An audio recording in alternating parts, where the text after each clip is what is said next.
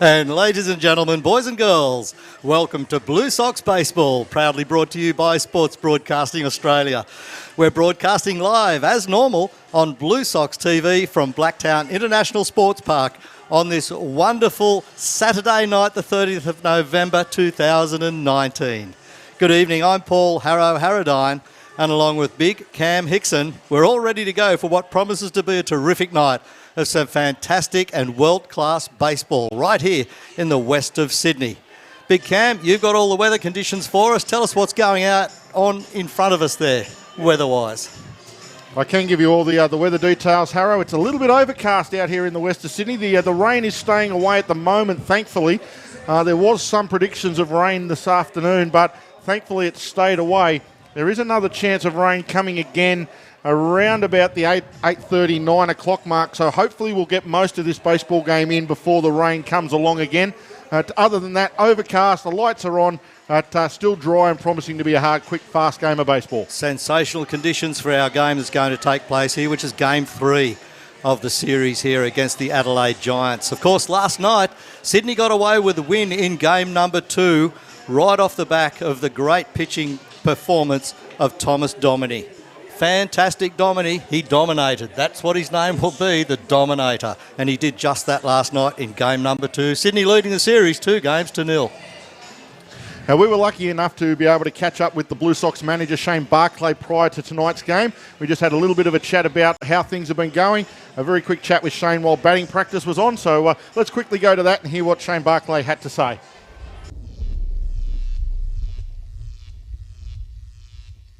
And welcome to Blue Sox TV. We're lucky enough to be joined with manager of the Sydney Blue Sox, Shane Barclay. Shane, great to have you aboard. Must be feeling good after a couple of really good outings on the mound by our starters, Maestri and Dormany, the last couple of nights, really dealing the damage for the Blue Sox. Yes, certainly. They both pitched well in front. They got to the late innings of the game without throwing a great deal of pitches, and were totally in control for the whole of their outing. So it couldn't be more happier. Also on the offensive side of things, you've got that middle of the order working really nicely. Jacob Eunice's bat's on fire. You're following up Andy Burns, big leaguer, doing what big leaguers do. He hits the ball, hits it hard. And then you've got likes of Bosmo and Aroa, those sorts of guys lurking around there that you can swap and change to keep the opposition pitchers at bay. And of course, we saw Boss last night just blast one. Yeah, I think we've worked the pitches well too. I think right through the order.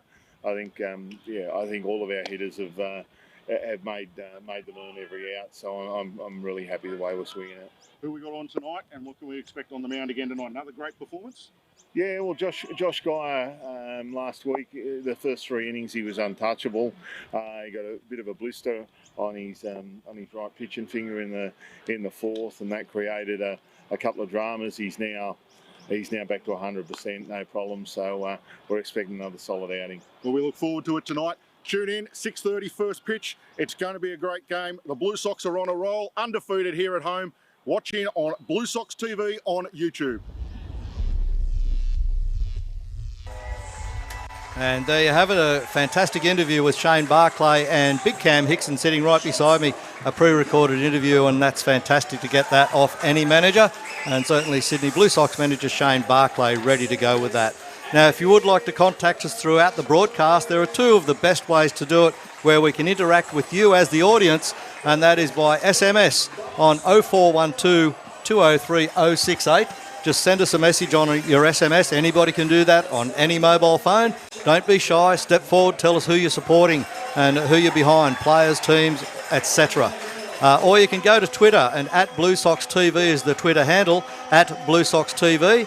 Or you can go straight to Cameron's at Big Cam 1972. But go down at Blue Sox TV on Twitter and you'll get to us straight away. We'll give you a shout out. Our players are taking the field, the umpires in position. We're about to have the Australian national anthem. Then we will come back with all the lineups very quickly, including the umpires, the Giants and the Blue Sox, who are wearing their retro 90s old Sydney Blues jerseys out there tonight. Resplendent. So, it looks fantastic. So I'm just going to pause very briefly while we now take the Australian national anthem.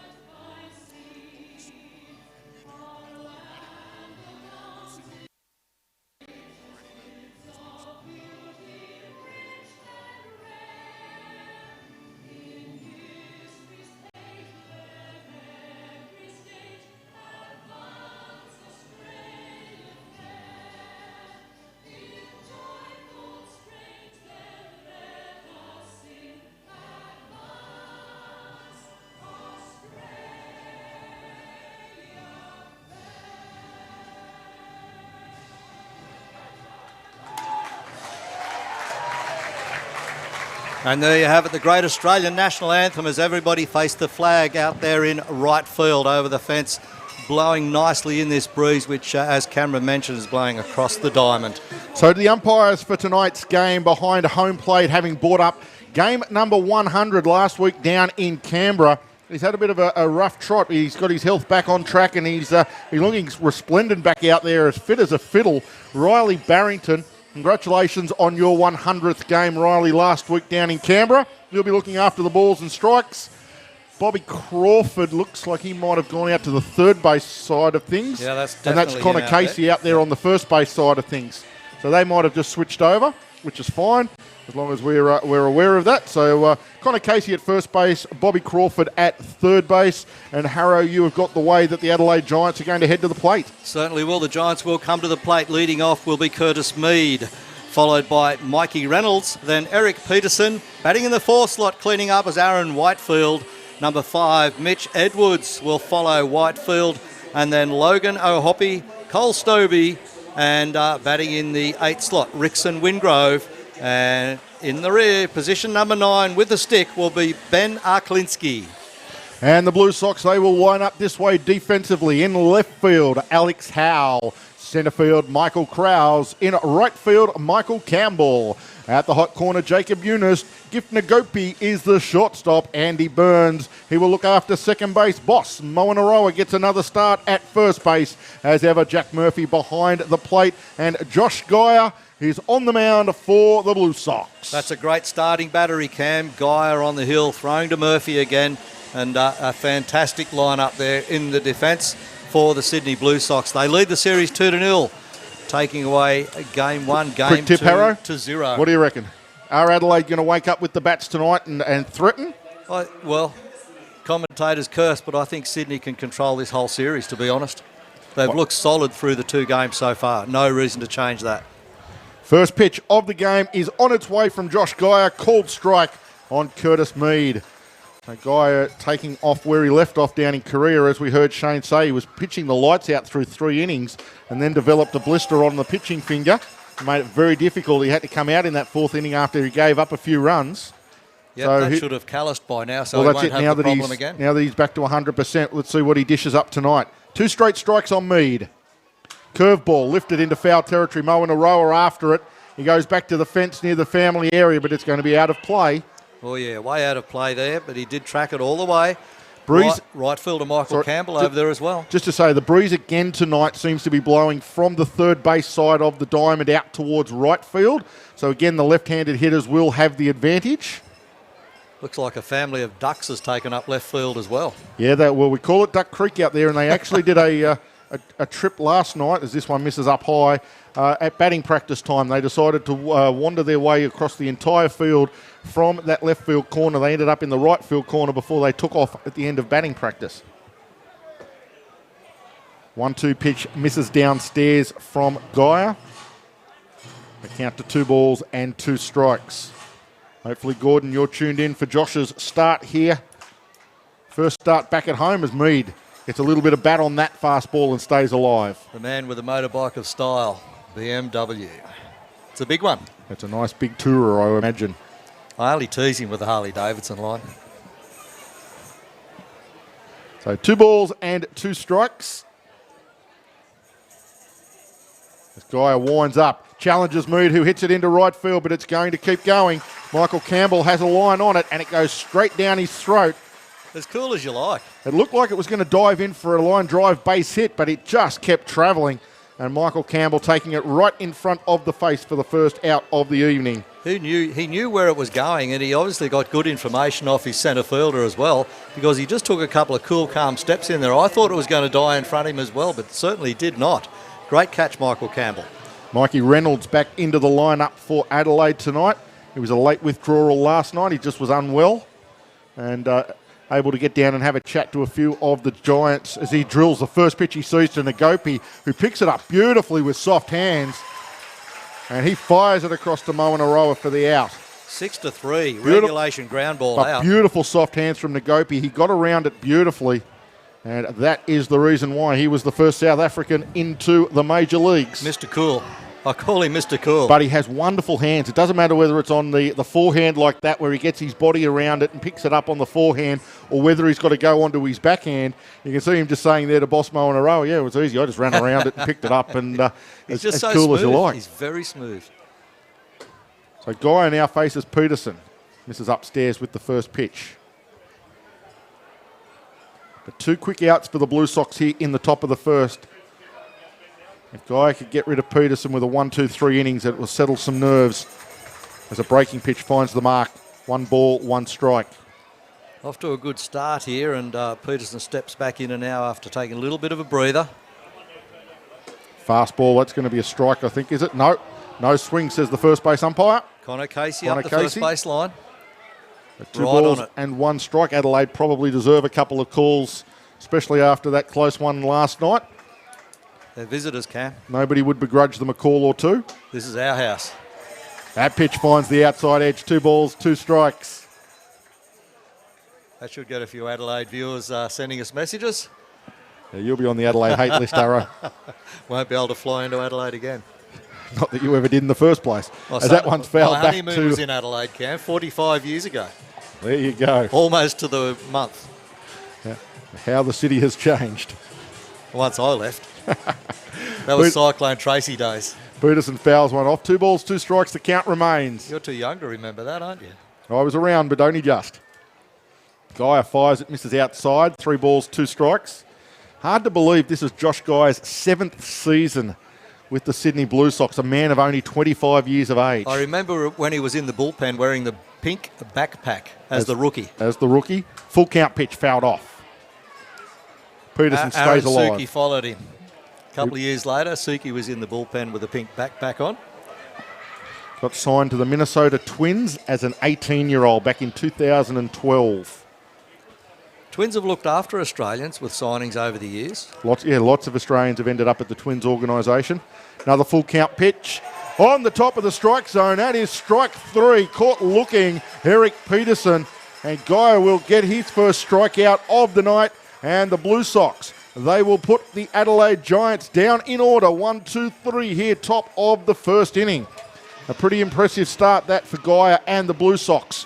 And good to see him. That'll give him a heap of confidence now as we go through this game. And that's the sort of start that he needed. A 3-up, 3-down start for Josh Geyer and the Blue Sox. and it's just great to see them get back into that dugout. They're ready. They're switched on. I don't think anybody's going to stop them this weekend. I said it earlier, and I think they've got momentum. And sure, Adelaide are going to test them out. Don't you worry. We'll see how good they are for it. But I'll tell you what, if Josh Guy gets back to what he did last year, and just on his last year record, he had a 7-1 win-loss record on 10 starts. Yep. He threw 55 and 1/3 inning with 54 strikeouts in those innings.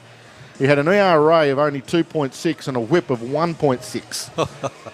So some pretty impressive stats. And anybody that watched the Premier 12 competition, he threw an absolute blinder in the round games and came up unlucky. I'm just trying to think, again, off the top of my head, I think it was the Japan game he threw. And it was an absolute blinder of a start from Josh Geyer. So he's in good form and has been for the last 12 months or so.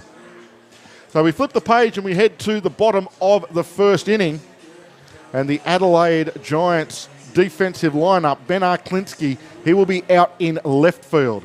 Aaron Whitefield, we know the speed of Aaron out there in centre field. He will patrol those depths with speed, agility and skill. Cole Stobie, the right fielder. Eric Peterson at third base. Mikey Reynolds, the shortstop. Curtis Mead, your second baseman. Rickson Wingrove, your first baseman. Behind the plate, Mitch Edwards and Michael Gain is on the mound for the Adelaide Giants. It's a solid lineup for Adelaide yet again. Sydney will come to the plate through Trent D'Antonio, followed by Jacob Eunice, Andy Burns, Gift and Gopi, Bosmo and Aroa.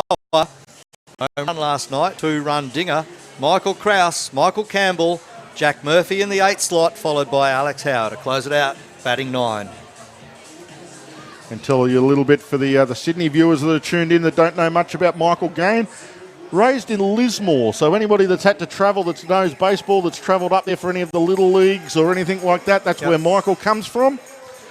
Has represented Australia at the under-23 level and played last year with the Adelaide Bite. I can say it there, Harrow, and you can't get me because last year they were the Adelaide Bite. Squared away, Cam. He had 10 games with a 3-3 record and an ERA of 4.2. So Gain is ready to go. He's ready to face D'Antonio. Fires in the first pitch for a called strike.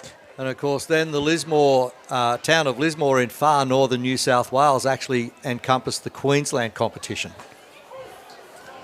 Well, it's actually shorter to go from Lismore it is to sort of Gold Coast and Brisbane to play their games than it is to come to Sydney. Absolutely. They have some great tournaments up there in Lismore. It's a good facility. 0-2 pitch is just low. They have a specially built Little League field as well. Correct, and which is why the Little League Championships are played up there every season. Yep.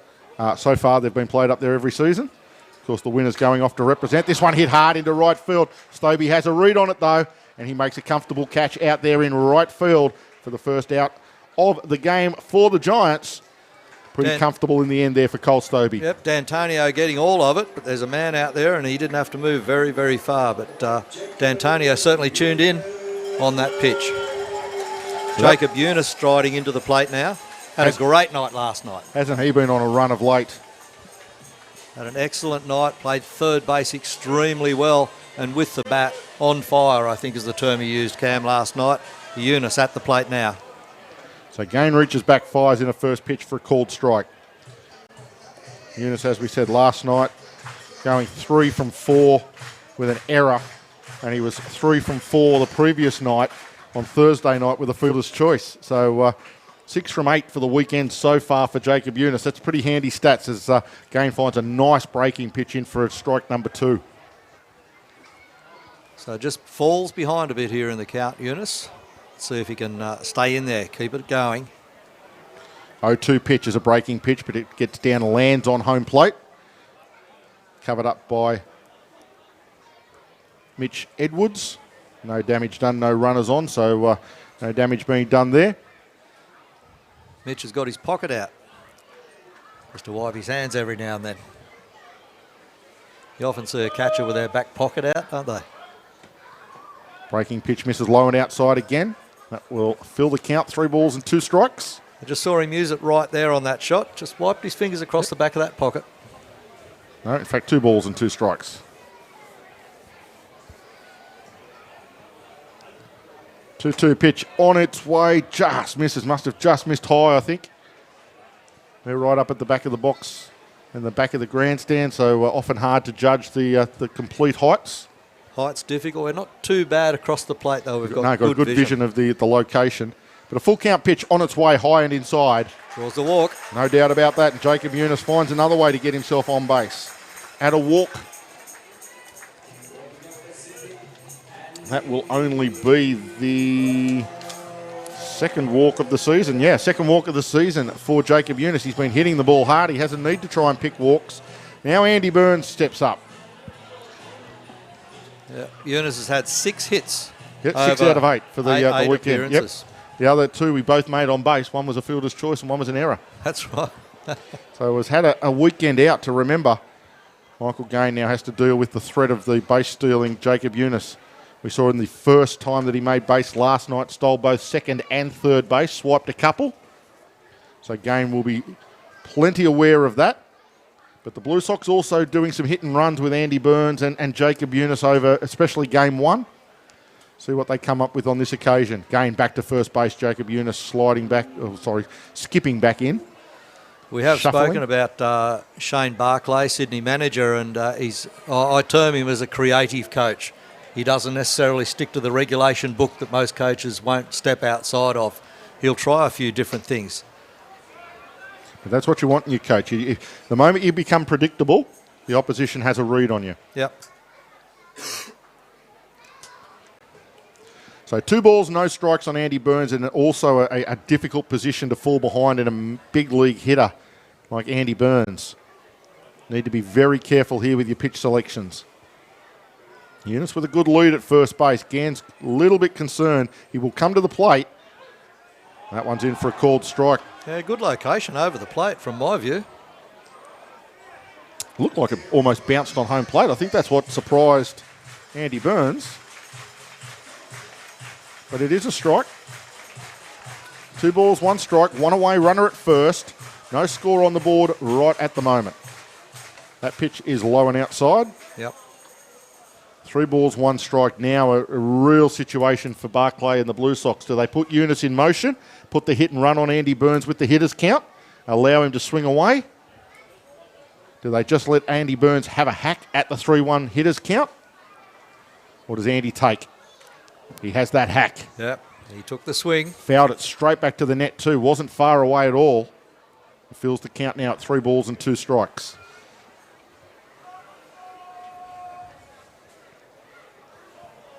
Brian Murphy, the third base coach, putting the signs on there for Sydney. Now the next question you ask with this full count, do you send Eunice and risk the strikeout? Bang, bang. Eunice caught leaning the wrong way. Nice pick-off attempt by Gain, just didn't get him. I think it was what you called, Cam. That's what was going to happen. He did take his foot to the right before he saw that turn and got back only just. Yeah, he was just caught leaning the wrong way, but slides back in head first, grabs that bag before Wingrove applies the tag. Again, caught leaning the wrong way, and again, very tight. It's lucky he didn't cut his fingernails last night, I can tell you. That was close. 2 really nice moves from Michael Gain. Wow. All but had Jacob Eunice on that second one. I think if the throw was a little bit more towards the bag, I think he gets him. Eunice being ultra careful, no lead there. This time he's a yard back from where he was, and he's leaning at the bag. Gain to the plate, full count pitch, misses outside. Back-to-back walks. Andy Burns walks. Back-to-back walks for the starting pitch for Adelaide. Michael Gain.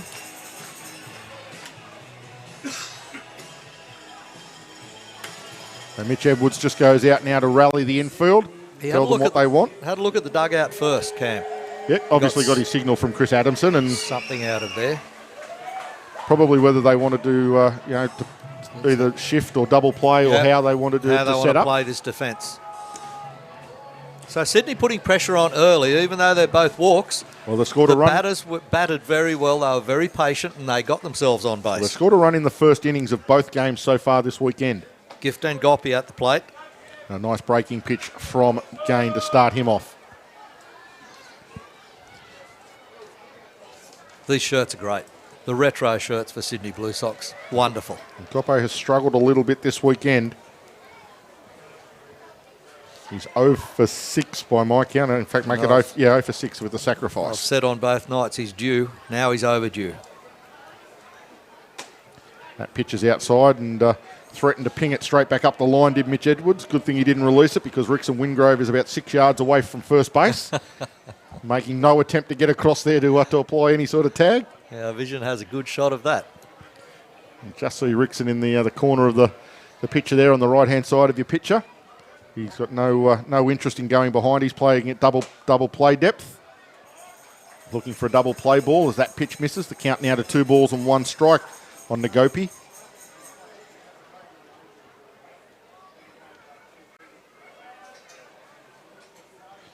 Nagopi just squeezed one to right field, I feel here, Harrow.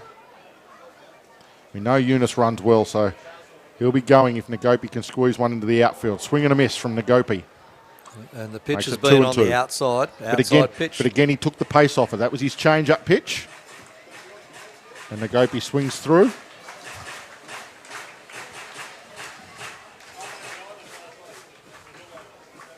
That breeze seems to be turning a little.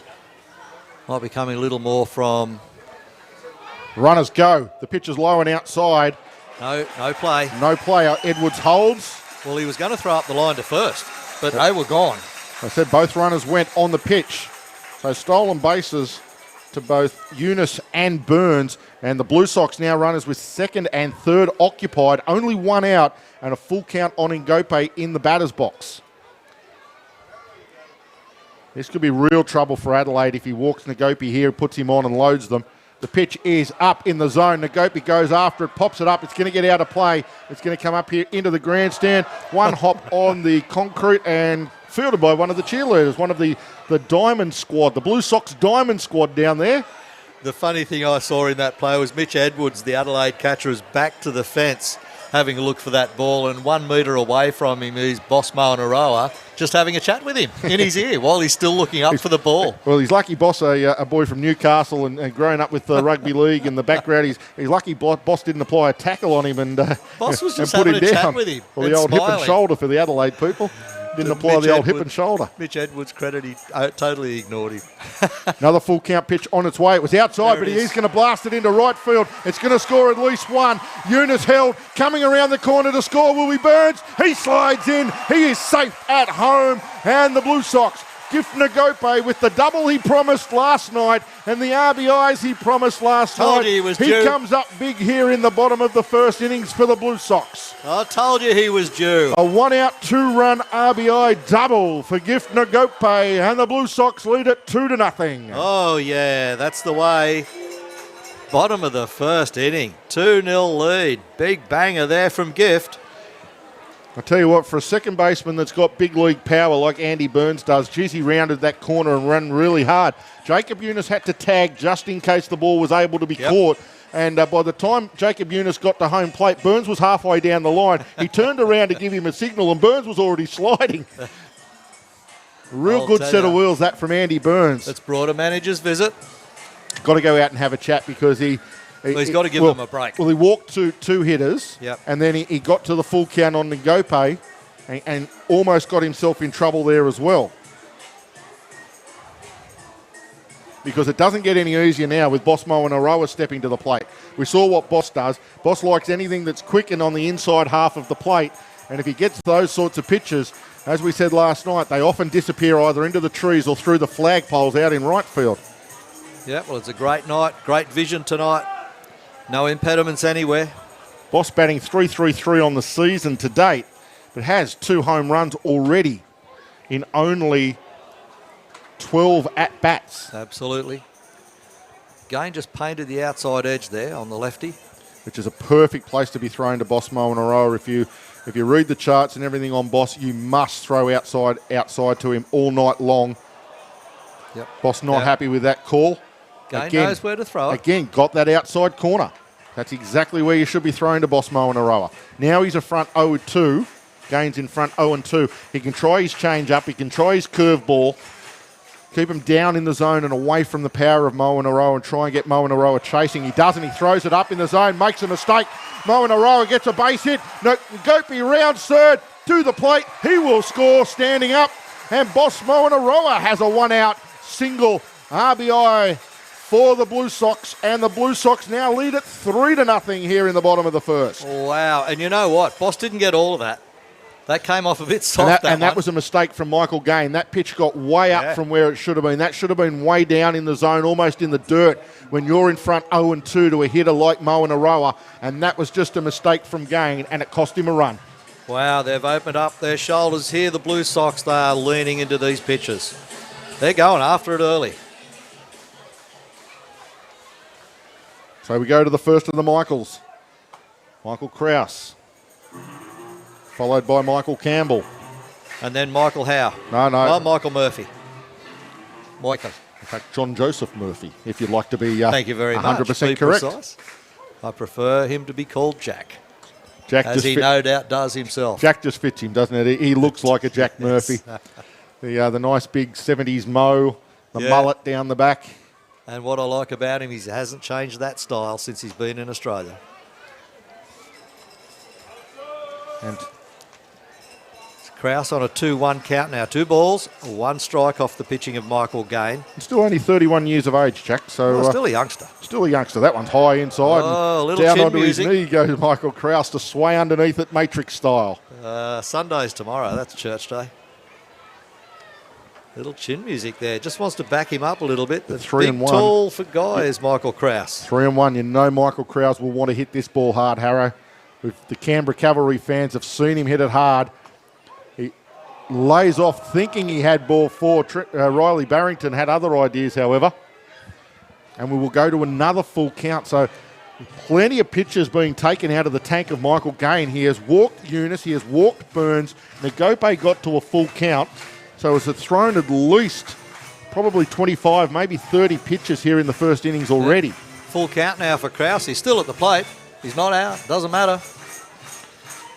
Full count pitch on its way. That one is outside. It missed Just by waiting. quite a We're just long way. giving Riley the opportunity to either fire him out or not. He doesn't. Did the right thing by the umpire and waited. He's very courteous. Got to do the right things by the umpires, Harrow. If I've learned anything in the several years that we've broadcast, it is to be courteous to the umpires. Correct. Gets you a long way.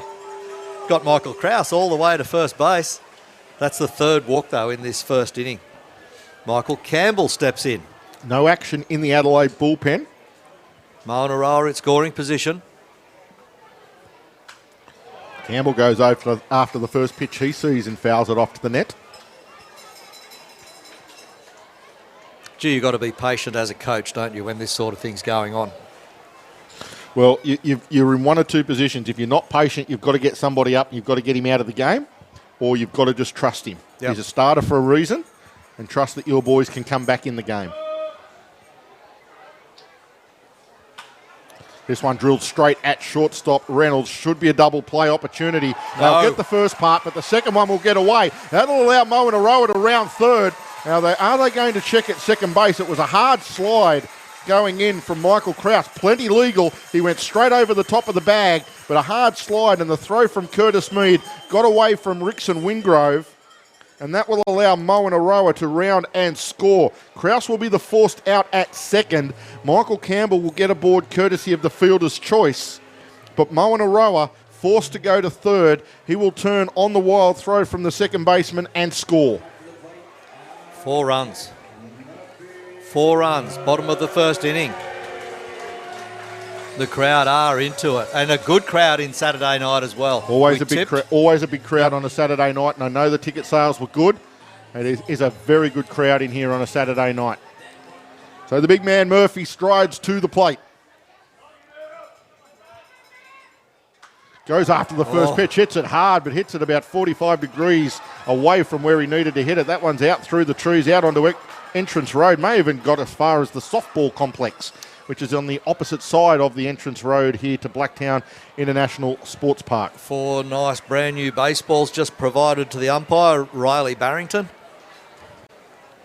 By Andrew the Bat Boy. Andrew the Bat Boy. Long-time listener, long-time fan and long-time Bat Boy. 16 years old, did you say? 15? I think he might have gone up to 17 now, Harrow. I think he's in the 17s now. 17, and he's only 6 foot something. 6'5". Oh. Wouldn't like to be feeding him. I wouldn't like to be standing beside him. Yeah, there would be a little bit of a difference, wouldn't there? I would say I wouldn't hear him. I'd have to ask him if it's cold up there. 0-2 pitch to Murphy. Swung on and line driven into the left field. Murphy with a base hit. Rounding second, but putting on the brakes will be Campbell. He will go back to second base. But Murphy keeps the inning alive. He finds himself a base hit. Opposite field hit, slapped away out at Cam. No power there, really. Just he go with it. made contact with the pitch. If Gain is going to try and find that outside corner, then you need to go that way. Oh, and that's exactly what he did. So now Alex Howe. Bottom of the order, batter number 9 in the first inning.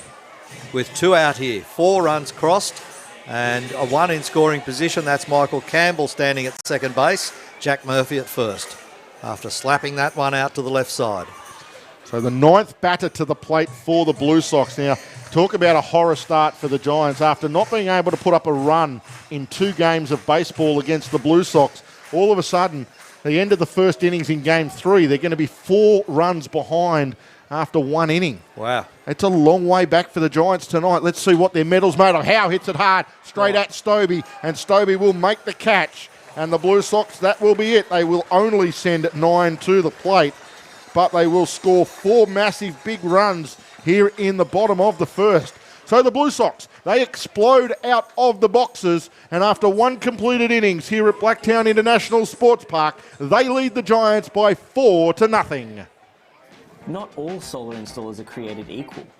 As one of the largest independent solar and storage companies in Australia, SolarAy has award-winning expertise to ensure you get a smooth and expertly configured installation. A solar power system can save you tens of thousands from your power bills, add value to your home, and reduce your carbon footprint. To find out if solar's right for you, visit solaray.com.au/BlueSox. SolarAy Energy, proud sponsors of your Sydney Blue Sox. And back at Blue Sox Stadium, what an explosive bottom of the first innings we had there, Harrow.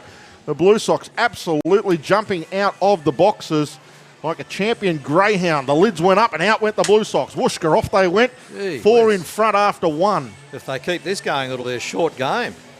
No, it won't. It'll be a long game. I'm sure Josh Geyer will not let them in. Well, as I said, Geyer has that record, as we spoke last season. 54 strikeouts in 55 innings and an ERA of 2.6. So that suggests if he's pitching to that level, it's going to be a long evening for the Adelaide Giants hitters. But they are capable. They are quality hitters. They did win 4 games against the Bandits last weekend. The reigning champions. So if that's the case and you go to sleep on the Giants, well, do so at your own peril. Wow.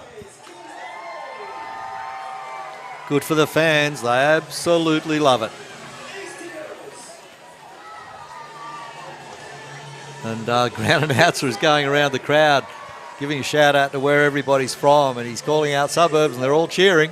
I think they're all cheering for everything. They love Sydney. Just a big thank you to Gordon. I couldn't remember who it was that Josh went against in that first round of the Premier 12. It was in fact the Cuba game. There you when go. Australia had such a great showing against the Cubans. Yeah, absolutely. And then, of course, he went against Mexico in the Super Round, and Mexico have basically, they have secured their spot to the 2020 Olympics as being the leading team. They were they were a chance of the gold medal game, but they slipped into the bronze medal game. And look at the history of those two nations in baseball. They're massive powerhouses. And so awesome performance by Josh over there at that Premier 12. Aaron Whitefield leads off for Adelaide Giants here in the top of the second. Josh Guy straight back to work, 0-2 in the space of 2 pitches. 2 strikes. Whitefield has to defend this now. So now he can go to his changes. Let's see what he goes to. He doesn't change. Or it might have been a change up because it's the bottom sort of just fell out of it late. It did, yep. So a slightly off-speed pitch. It looked at that one from Guy. It missed low. 1 ball and 2 strikes is the count. Winds up again. That looked to be slider. Yeah, a little And out. that missed low and away. 2-2. No damage done as he now looks to try and put Whitefield away with the fastball. He does, and Whitefield swings through it. Make that strikeout number 2 for Josh Geyer. Nice and steady too. Not overdoing it. Great rhythm. That will bring Mitch Edwards to the plate. Our Giants supporters, I wonder how many are tuned in already.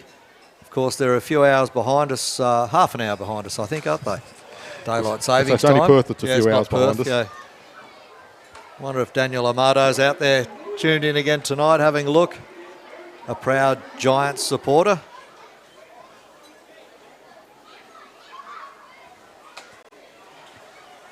Jamo contacted us the other night as well.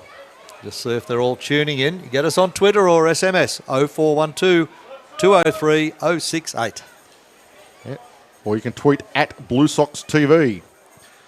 As Josh Guy misses downstairs, 2 balls and 1 strike.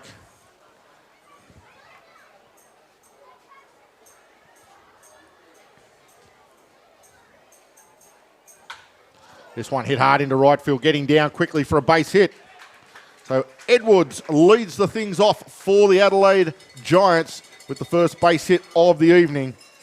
Yep, trying to get something going. 1 out, 1 on for the Giants here in the top of the second innings. Sydney leading this game 4 runs to 0, and we're only in the top of the second at this stage. That brings Logan O'Hoppe to the plate. O'Hoppe again designated hitter tonight. He has a good batting average, has a 4.44 batting average, so that's handy. A small sample size of only the 9 at-bats, but that tells you that he has got a good eye and a good bat. So let's see how he goes here against Geyer. That one misses downstairs, ball 1.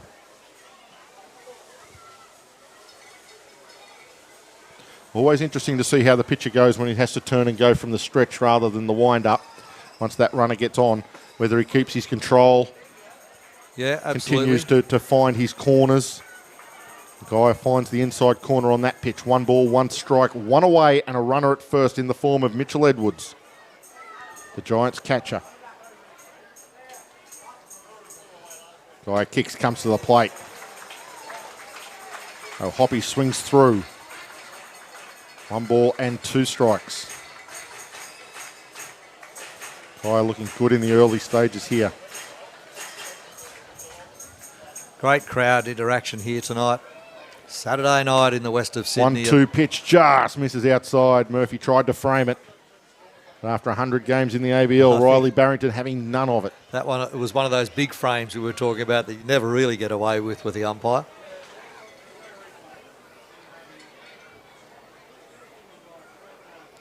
Two pitch on its way from Guy. Tried the fastball, missed it downstairs. He'll fill the count. 3 balls, 2 strikes. The runner at first is Edwards, and now the Giants have their first decision of the night. Do you send him on the full count pitch? Probably not. You need the base runners. Full count pitch on its way. Looks like it's a little bit upstairs. It is a little bit upstairs. And Logan O'Hoppe will draw a walk. Now the Giants with a runner in scoring position. Here we go, Harrow. The Giants are on tonight. 2 on. I feel this is going to be one of those games of baseball. I just feel it in my bones. This is going to be one of those games of baseball tonight. Bottom of the lineup, creating an early rally here. Tune in, tell your friends, get them tuned in to YouTube, Blue Sox TV, because this one is just got the makings. It's got the smell of a cracking game of baseball. Chopped foul down the third base line. It's the first pitch to Stobie. If you're within shouting distance of this ground, out here at Blue Sox Stadium, Blacktown International Sports Park, then jump in your car and get over here. We can smell the hot chips, the cold drinks, ice cream, slushies, everything's out there. And we might have a little treat for you a little bit later in the evening, Harry. We'll see how we go. This one's fouled off as well. I like little treats. Alan Crichton saying beware of the sleeping Giants. That's exactly right, Alan. If you take your foot off the accelerator, the Giants will hurt you. They have players right through this lineup that can hurt you. That's what we want to hear. Who's out there supporting the Giants? Adelaide Giants. As Cameron mentioned earlier, they started the season last weekend, round 1. Absolutely wonderfully. But this week, they face the might of the Sydney Blue Sox. Always a slightly different look when you actually have to travel away from your home ground and be a little bit disrupted with the travel fixtures and your hotels and et cetera. But you can always forgive game 1 for being a bit slow starting. Yeah. But then you really should roll into your work. And they are rolling into their work slowly but surely. This is a big inning here, though. Down 4-0. Runners at first and second with 1 away. The count of 1 ball, 2 strikes. Breaking pitch on its way. Misses high. It may have broken, but it broke far too late to come down into the zone where it went through there. Umpire Barrington right there, But behind that pitch, and settled and but a did lot not of the move. crowd groaned that they wanted it, but it's where the ball passes the strike zone, not where the catcher catches it. That's correct. And Barrington in perfect position without flinching, just stayed rock solid. 2-2 pitch is lined into left. Howe has a read on it. He goes backwards a couple of steps and takes the catch. With the sun in his eyes, I might add. He had to go out of the shadows into that last bit of fading sun. And he just went up into the sunlight there as he took that catch. Well done, Alex Howe. So Alex Howe with that catch in front of the eyes for the big second out for the Blue Sox. But have a look who's striding to the plate. If you think the threat is over, if you're a Blue Sox fan, it's only just begun, because probably one of the heroes of the opening weekend down there at West Beach for the Adelaide Giants was this man, Rickson Wingrove. He launched one out of the facility, and then when they needed him most, he stepped up for a walk-off single to win them another game in, of course, the bottom of the ninth inning. So Wingrove now to the plate to take on his old team, the Sydney Blue Sox. Decided to leave the Blue Sox for more opportunities at the Giants, and has made himself a nice new home down there in Adelaide. He's a strong guy.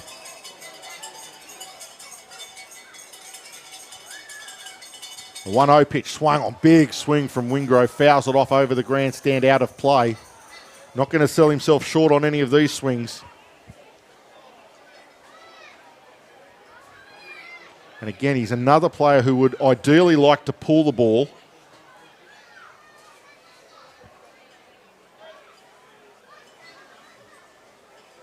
And Guy knows that. Guy's played a fair bit of baseball against Rickson Wingrove in the past. The count now to 2 balls and 1 strike. There's 2 away and there's runners at first and second. Adelaide desperately needing to try and close this 4-run lead that the Blue Sox established, bottom of 1.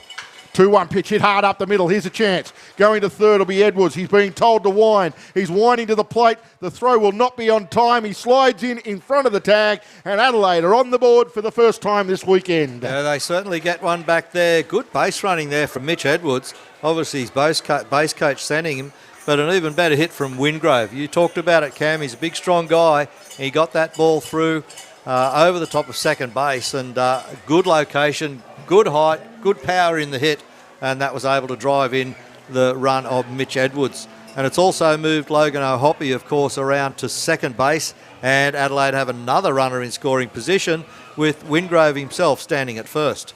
Yeah, with 2 out and the runner going on the crack of the bat, Mitch Edwards had to score there, and he did. So Adelaide get 1 back. Can they get something else happening?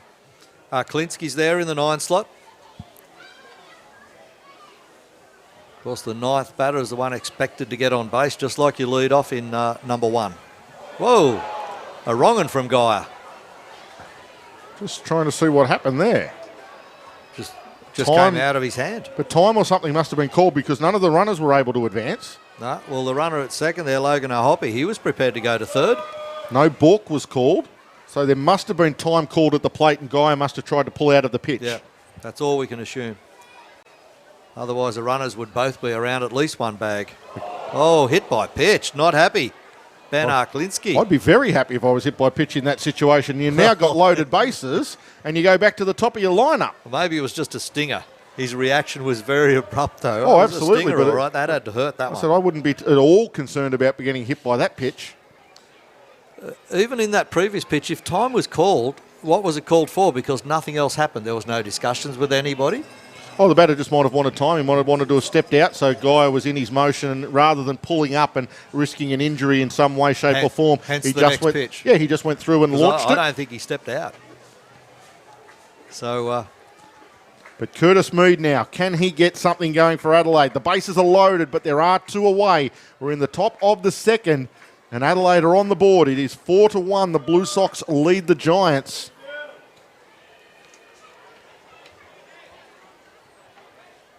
Curtis Mead 0 for 2 last night. Pops this one up out of play. Moen Rowe will have no play on it. He was 2 for 3 on Thursday night. 0 for 2 last night. well, Adelaide trying to stretch back into this. They've got loaded bases. There are 2 out, however.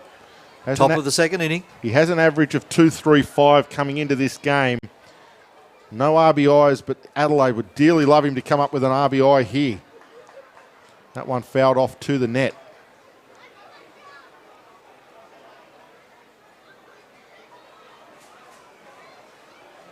So Mead behind 1 ball and 2 strikes. There are 2 out and the bases are loaded. 1-2 pitch, breaking pitch, looks okay, is okay, rung up on strikes. Certainly was. Nothing wrong with that one, right over that front corner.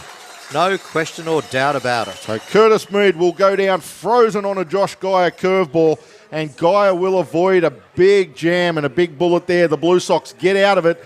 The Adelaide Giants will leave the bases loaded there in the top of the second. And is that a chance they are going to come to regret, Harrow? Well, they get 1 run back, so they've closed that gap just a little bit. So it's a 4-1 ball game. That's not massive, but it is very early in the game. So anything could still happen in this game. And Adelaide will probably gain some confidence out of getting to that loaded bases situation and getting that run. They didn't go down like the first innings, 3 up, 3 down. They put up a battle there and they put 7 batters to the plate. So that's positive for the Adelaide guys. But now Sydney go to the second innings and they're back at the top of their order through Trent D'Antonio. Well, you've got to find a way to stop Sydney. It's fine to get your 1 back, and you can do it. You've got plenty of innings to get 1 back here, 1 back there, 1 back somewhere else. But you've got to stop Sydney is the main thing you've got to do. Yep, they certainly do. They're on a roll. Adelaide got 2 hits out of that. There was 1 walk and hit by pitch, so hence batters getting on base. So no errors in the game so far, which augurs well. Although there is one up on the board against Adelaide. Yeah, that would have been the wild throw on on Curtis Mead when he tried to turn the double play, threw it away, which allowed Bosmo and Aroa the extra base to score. Sure. Okay, and left on base. Well, they left 2 on base. A big shout out to RBI Australia who are tuned in, saying that the Blue Sox look really good together. Looking really good in their resplendent retro jerseys this series. And loving the sign behind home plate. I haven't been out onto the field, Harrow, much. What's the sign behind home plate this season? You'll see that in our centre field shots. Yeah, you won't see it. No, we don't get the centre field shots on our monitor. That's a different monitor, that one, but it's all solar ray. Oh, beautiful. Solar ray energy. That's what we like to see. Antonio goes after the first pitch, pops it up to third baseman. Peterson will make the play. 1 pitch, 1 out. That's exactly what Michael Gain and the Adelaide Giants needed to start this, the bottom of the second inning. High fly ball over position 5, 1 up, 1 down, Trent D'Antonio, but brings to the plate though Jacob Eunice. They must all be mates with Mitch Edwards. They've all had a bit of a talk to him throughout the game. Well, Mitch was here again until last year when Jack came to the club. Young man with a promising future. All have a bit of a chat. Eunice settles himself in there now, taking his time. Been in the Phillies organisation for a couple of seasons, Mitch. Good work. Not a bad organisation to be in. There was a Philly here a couple of seasons ago that wasn't a bad Philly either, by the name of Reese Hoskins. Okay, they're very involved with Australian baseball at the moment. The Phillies have been signing a bunch of Australian guys, getting them into their program. They see the potential that's there. You've only got to have a look at the performance of Australia at the Premier 12 to know that there's at least a handful of guys that could be playing at that level quite comfortably.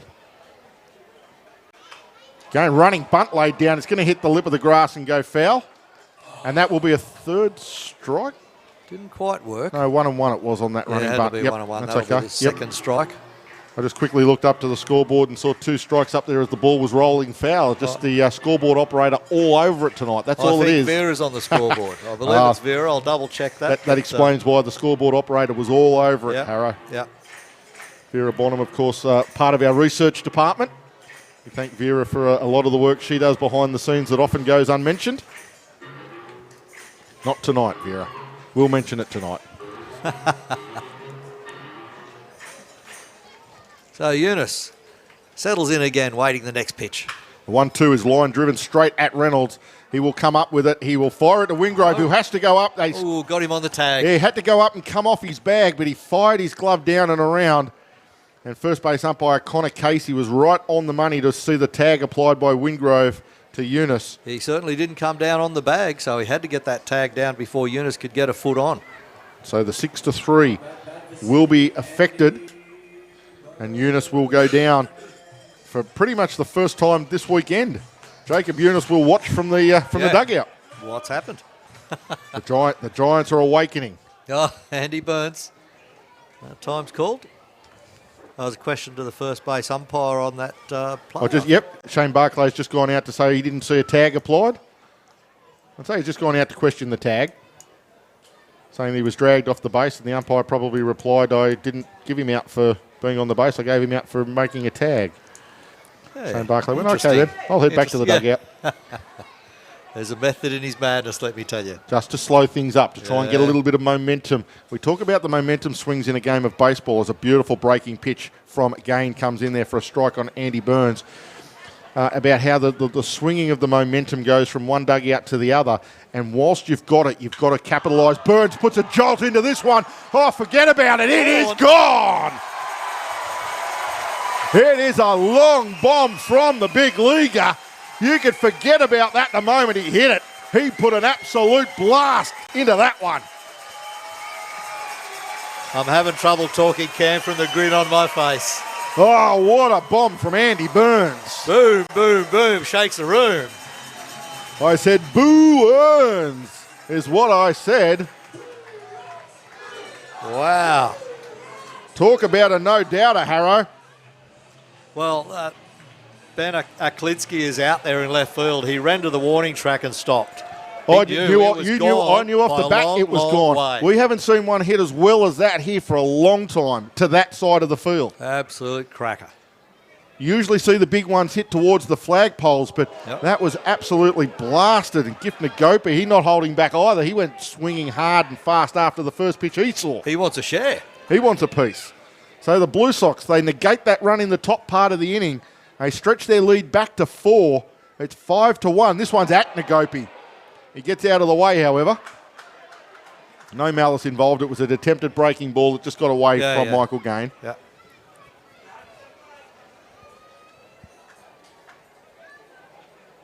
Well. Took the lid off the cannon there, did Andy Burns. This one is short of the plate. That was a bouncer. Might have been the wrong one. Yeah, it was very much a wrong one. But I'll tell you what, Andy Burns, we've had a chat, as I said, to a couple of people around Blue Sox Stadium in these couple of days. They are expecting Andy Burns to be playing Major League Baseball next season for the Toronto Blue Jays. Yep. That's how good he is. He has played Major League before, has played for the Blue Jays, and we expect him to be back there again. Swing and a miss from Nagope. That will fill the count. He's going for a little bit of a dance. So a lot of people thought that might have been it for him. Oh dear! But has already played 10 games at Major League level. Has Andy Burns? He's already shared the infield with Vlad Guerrero and Beau Bichet, and Andy was the second baseman of them. Third base for Vlad and Beau Bichet at Shane shortstop. Barclay just coming out to check on Gift. Gift might have rolled an ankle, swinging himself out of his boots on that last swing. So that was that was Burns. He's played on that infield with those big guys. I think that might have been the 2016 season. Called strike 3 on Gift Nagope. He was jogging or skipping his way to first base. He'll have to drop his equipment, head to the dugout and grab his glove because he's called out on strikes. Adelaide will get out of the inning, but not before Andy Burns bombs one. End of 2, it is the Blue Sox leading the Adelaide Giants by 5 runs to 1. Nicholas Middendorp founded his business, Middendorp Electric Goods Supply Company, selling imported light globes, vacuum cleaners and other electrical products. Business began booming, so Petrus and his sons opened the first Midendorp branch in a converted church on La Trobe Street in Melbourne in 1956. This was the first of many branches that would eventually spread across the country, trading as Middies in its signature pink colour. Not all solar installers are created equal. As one of the largest independent solar and storage companies in Australia, SolarAy has award-winning expertise to ensure you get a smooth and expertly configured installation. A solar power system can save you tens of thousands from your power bills, add value to your home, and reduce your carbon footprint. To find out if solar's right for you, visit solaray.com.au/BlueSox. SolarAy Energy, proud sponsors of your Sydney Blue Sox. And back here now for the top of the third at Blacktown International Sports Park. You are with the Blue Crew. I'm Big Cam Hickson, alongside me Paul Harrow-Harradine. We are the summer of baseball and bringing you all the action of the Blue Sox home games this season. We've got Owen and Oscar pressing all the buttons and making all the switches. Glad to have them aboard as we will head to the top of the third inning. Leading things off for the Adelaide Giants will be Mikey Reynolds.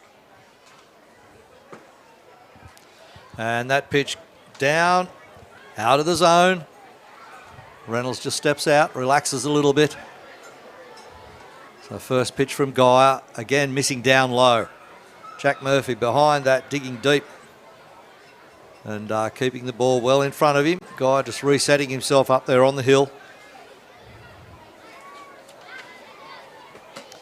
Another one goes, tries outside but misses.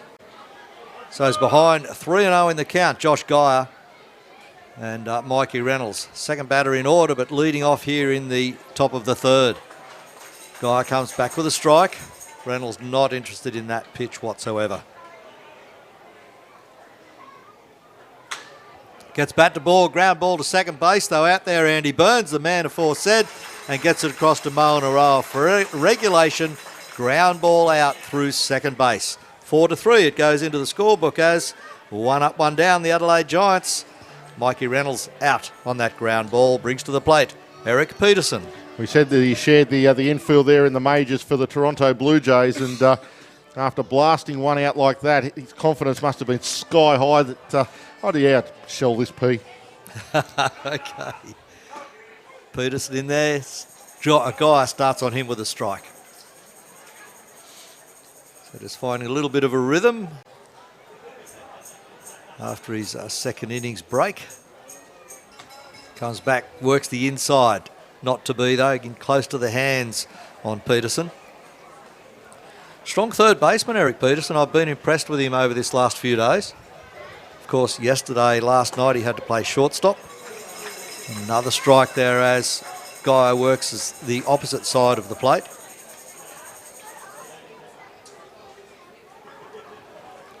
So 1-2 pitch now. Gets bat to ball, high fly ball to centre field. Settling under it is Michael Krause. No worries there for Michael Krause. He set himself up, didn't have to move very far, didn't take his eyes off the ball, settled middle of the ball, middle of the body. Made a great catch there in a high fly ball to centre field off the bat of Peterson. So fly to centre field, position 8. Brings up the second out there on the Adelaide Giants. They go 2 up, 2 down as Aaron Whitefield steps in. Really would have liked to have seen the Giants challenge a bit more here in this innings, but that is a thing. Gopi. I was about to say that is more of a statement on Josh Geyer's pitching than it is Adelaide's hitting. And as we say that, line drive from Whitefield straight at Nagopi, and that ends that. Was unbelievably good catch. He didn't have to move. He just put his glove down, dipped it down to the ground. It was probably not even a foot off the ground, that one. Went straight into the glove, and that's it. All over. 3 up, 3 down. The Adelaide Giants in the top of the third innings. Very economical innings again for Josh Geyer as they go that 3 up and 3 down. And shortly we'll come back and go to the bottom of 3 and see what the Blue Sox can do with the scoreboard. Mytronics are one of the Blue Sox's major sponsors this season, so for all your printer and copier needs, why not speak to the professionals at Mytronics? Mytronics are Australia's largest brand independent office equipment and supplies company. Mytronics are proud to be wholly Australian owned and operated, and they stock only the best and most famous brands of printers and copiers. Mytronics guarantee to better any valid Australian quote, so you can be sure you are getting the best value and service when you buy or lease your chosen products from Mytronics. So jump online and check out the massive range of products and all the services that are provided by Mytronics at mytronics.com.au. Mytronics are proud sponsors of the Sydney Blue Sox. That they are, Cam, and a good cheerio out there to Roger Amir and all of the family. I'm sure they're enjoying themselves wherever they are. I'm not sure if they're not even here, actually. And if they're not, they'll be somewhere out there around the northern beaches of Sydney, enjoying this lovely Saturday evening.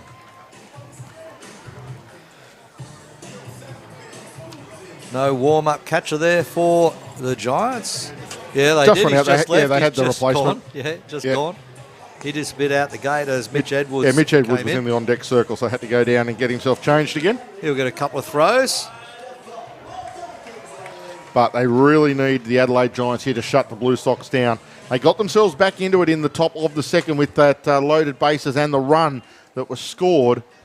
But then they gave up that blast to Andy Burns, and it just felt like it sucked the oxygen out of the whole arena if you're an Adelaide Giants player or supporter. They lifted momentarily and then, oh, no, here we go. It was a bit like that. Okay, 2 quick outs. Okay, we're into this. We're right in. Oh, there goes one.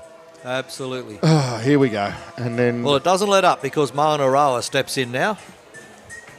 And Michael Gain, of course, still on the mound, as you would expect, through 3 innings. First pitch to Moen Aroa, a strike. He throws his head back and goes, oh, really? Yes, it was, boss. As we said, Moen Aroa batting 3-3-3 coming into the game. Had a base hit to start things off to centre field. On the back of that was a ribby.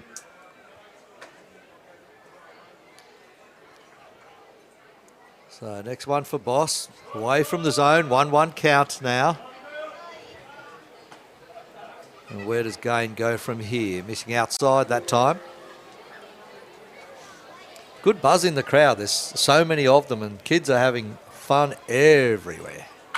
Oh, rips it to the right side. That will go foul. It's in the bullpen, but it half hopped the wall out there. That's how well hit that ball was, and that is why you do not come inside. You can see the Adelaide Giants are playing that right shift on Moen Aroa for a pull hit, and he will hit that down there all day long. You can see on the pictures that the second baseman is well behind, and Moen Aroa goes the other way to centre field. Tough play for Whitefield, but the wheels he has, he will get there comfortably in the end. It was good tracking by Whitefield, as you said, Cam. Whitefield was more over in centre right field. Everybody had shifted to the right. As we said, the shortstop was well behind second base, well on the first base side of second base, and Whitefield was too. He was a good 15 metres on the first base side of second base, and when Moen Aroa just went the other way and leant on it, he had a lot of work to do. But he's a quality centre fielder, Aaron Whitefield, and he did it easy. Picked it up off the bat straight away. Michael Krause now stepping in, takes a strike for the first pitch. So at this point, with one out here, the lead-off out here for the Giants, they lift a little bit of energy. It gives them that breath of life to say, let's go again, let's get the next out now. They just can't afford to give up too many runs. At the moment, the Blue Sox pitchers have it on a string. They're not allowing Adelaide into the games. That's the whole thing. It's tight. Krause falls behind 1-2. Well, you look at the first 2 games, Maestri threw a blinder, Dormany threw a blinder. And there's Geyer. Oh, lifts that one high, but it's far too high off the bat of Michael Krause. Back on it, shortstop Mikey Reynolds. Called off. Called off by Aklinski. Ben Aklinski takes that one, calling off the infielders, and of course he gets priority once he makes the call. They all stay away. Far easier to come in on the ball than it is to keep backpedaling. The ball's in front of you, running towards it. And Aklinski knew that, and good call and good catch. High fly ball again. So a fly to position 7. It goes down in the scorebook as off Michael Krause. 2 up, 2 down. The Blue Sox here in the bottom of 3 brings to the plate Michael Campbell, who fouls the first one off.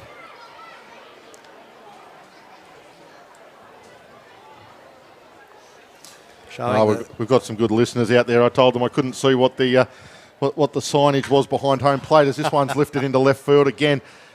Klinsky should be all over it. There it is, fly to position 7, 3 up, 3 down, Sydney Blue Sox in the bottom of the third innings. So after 3 complete here at Sydney Blue Sox Stadium, it is 5 runs to 1. Sydney over the Adelaide Giants. Back in a moment. Are you struggling with the rising cost of power? You are not alone. Over 2 million Australian homes have now installed solar. The average size solar system can save you around $500 a quarter, add value to your home and reduce your carbon footprint. SolarAy is Australia's largest independent solar and storage installer, located right here in Blacktown. Talk to the team at SolarAy to find out if solar is right for you. Visit solaray.com.au/Blue Sox today. SolarAy Energy, proud sponsors of your Sydney Blue Sox. We're back here at Blue Sox Stadium, the diamond being raked, and a massive thank you to our great fans out there, Rob Trelaw, RBI Australia, being able to show me exactly what's behind the beautiful SolarAy Energy sign that adorns the backdrop. And the Boral sign alongside that, either side of those. And the one in the middle is the RBI sign itself. There you go. Yep, the beautiful facility that they've got for hitting. They're in centre left field as well, and in centre right field, RBI. So great to have them aboard as a sponsor, and of course that prime position right behind home plate, as it looks like we're going to have the Blue Sox Diamond squad heading out onto the diamond. Yeah, these girls are the Diamond Elite dancers. They have a couple of levels. This is the Diamond Elite squad, doing a little bit of a dance here for us as we're going to have a hold up in the game, and that might have all happened a little bit late. The Blue Sox players are a bit amazed at it, really. Jack Murphy was just about to throw over. He had to pull the throw over. Yeah, they've been told that they can't do it. Yep. There's no time, unfortunately. Jog off, girls. Let's go.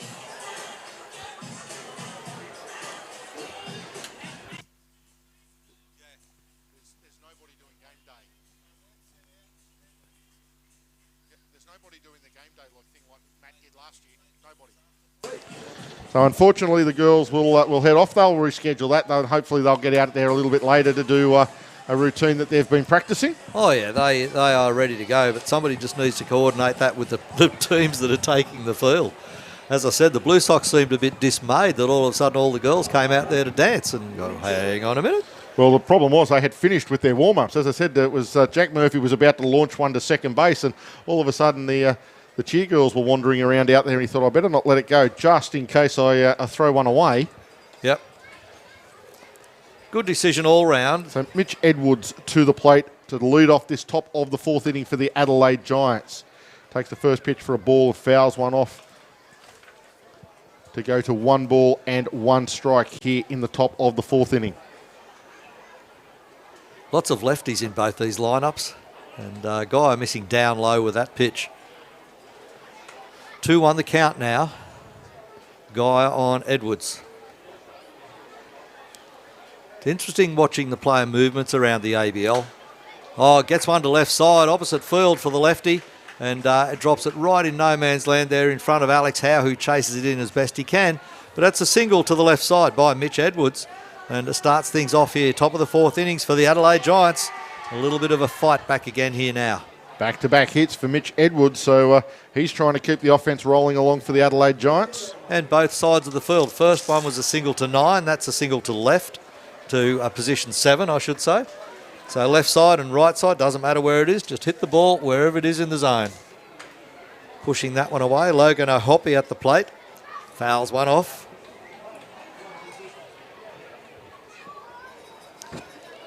So as they say, it ain't over till it's over.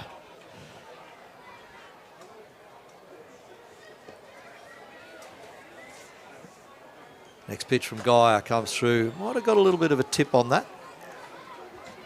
Going in, but foul ball. Brings up another strike, though. They all count.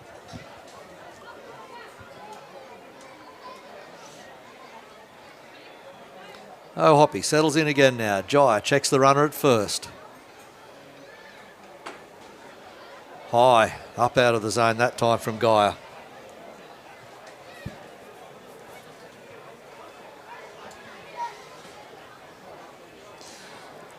Edwards at first. Pops one foul over the right side. Way over the back of the grandstand. And behind first base.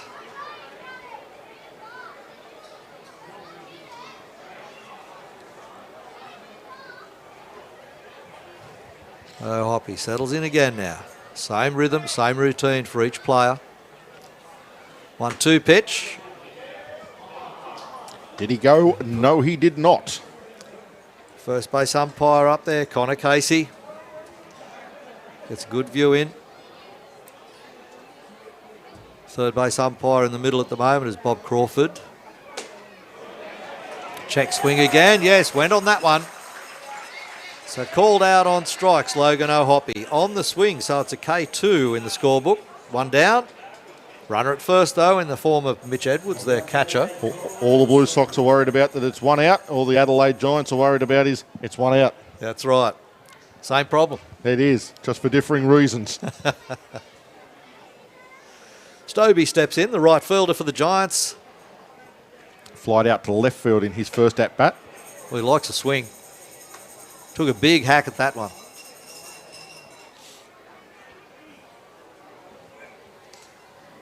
Murphy and Guy are working very well together.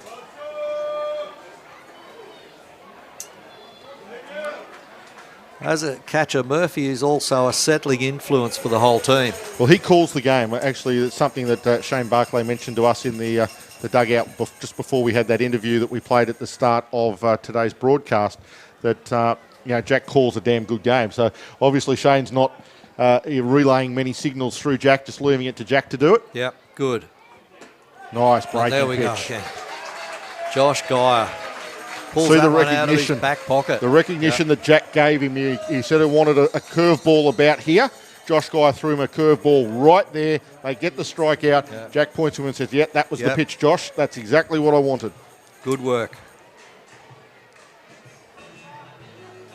It's great to have a 30-year-old catcher that has had the experience like Jack Murphy coming to the ball club and actually leading the ball club around. And then, as you said, Cam, the positive feedback in any job, any employment, all you want is positive feedback when you've done a good job. And that's what Murphy did right there.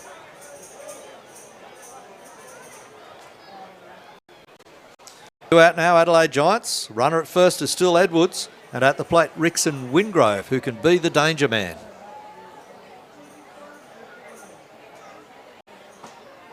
Check swing, called strike.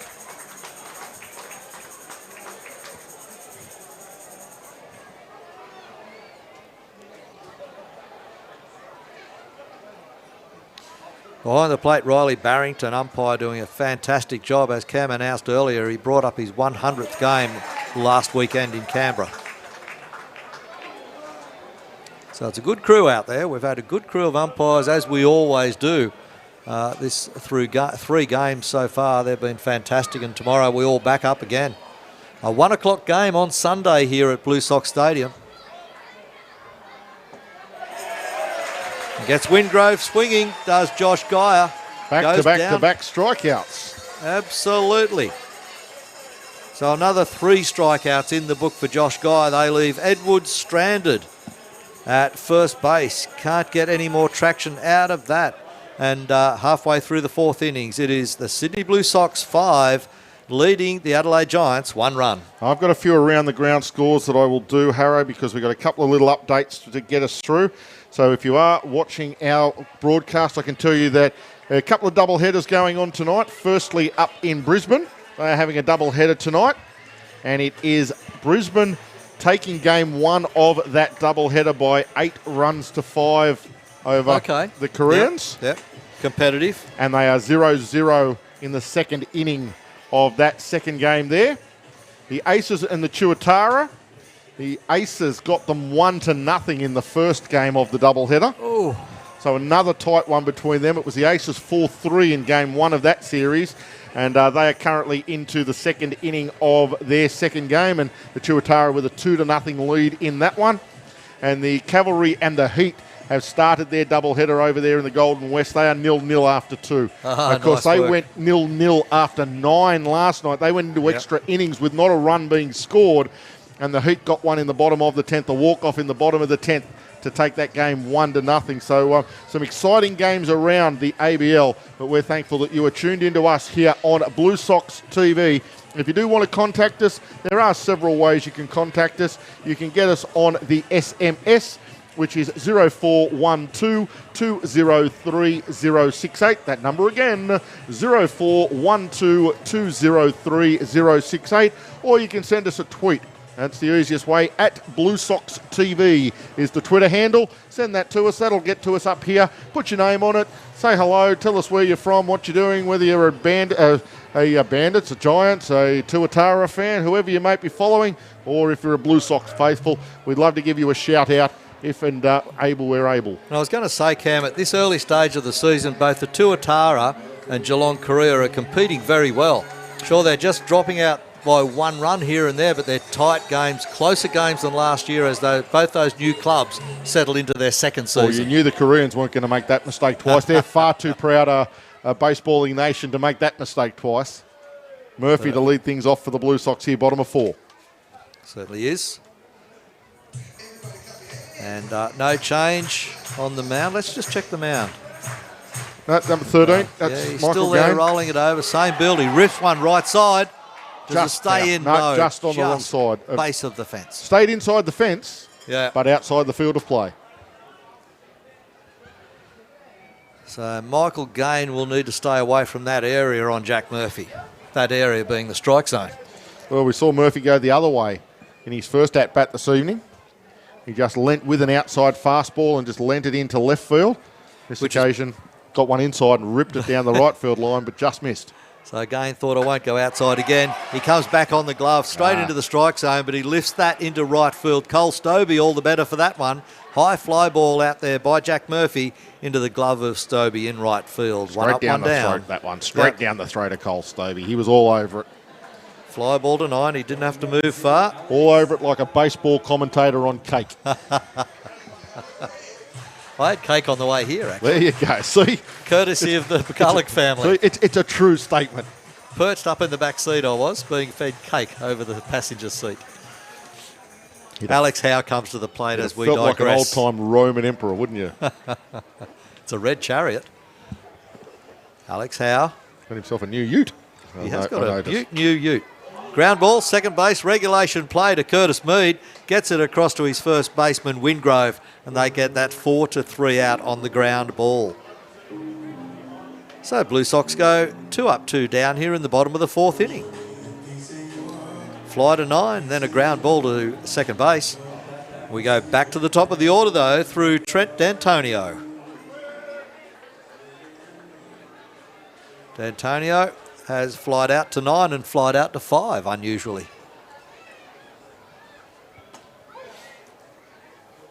Picks a strike up down the bottom half of the zone, does Gain.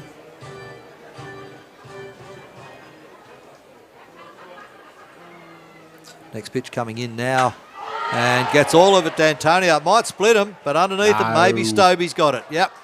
Just on the edge of the warning track in right field, deep right field, well hit ball from D'Antonio, but too well hit as Stobie's able to track that one down and gets it on the, as I said, the inside edge of the warning track. You don't see Aaron Whitefield. If you don't see Aaron Whitefield panicking, you know that everything's under control. He wasn't on his bike. He was just jogging across comfortably. You know that they had that under control. He probably could have caught it if he wanted to, Whitefield, but Stobie had it covered straight off the bat.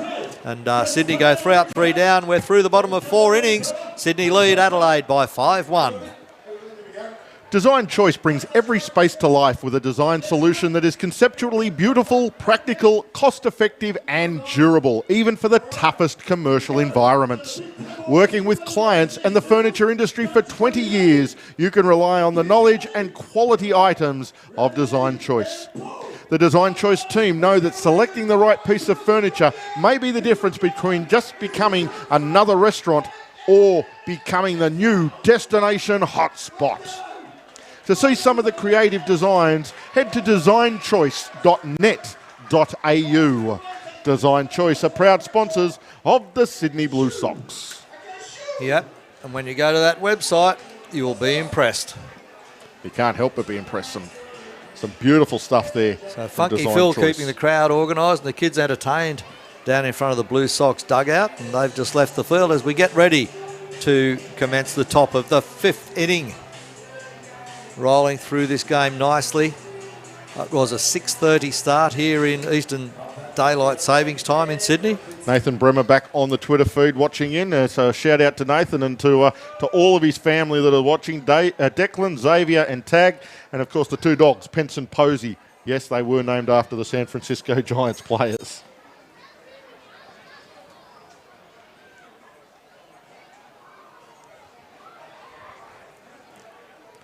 And shout out to the Dobb family who are doing it a little bit tough tonight. Of course, owner Adam can't be at the ballpark tonight. A slight mishap with one of the youngsters playing his game or playing some baseball out here.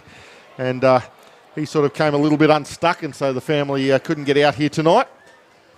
Klinsky leading off for Adelaide, top of the 5th, rips one out to centre left field. Nice to know you watched in and you're watching over us, boss. Yeah, glad you're enjoying the game, Adam.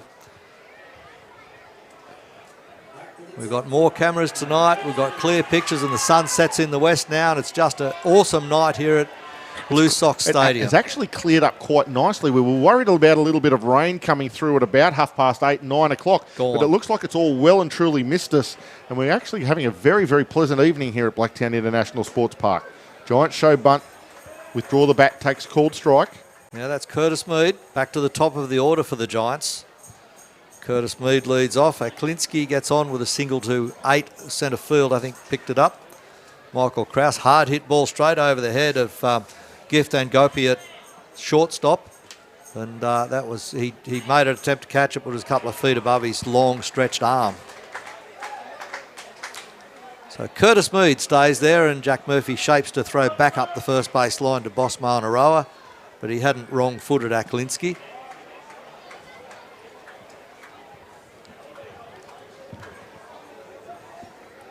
Back to Curtis Mead at home plate now as Josh Guy applies his trade on the hill.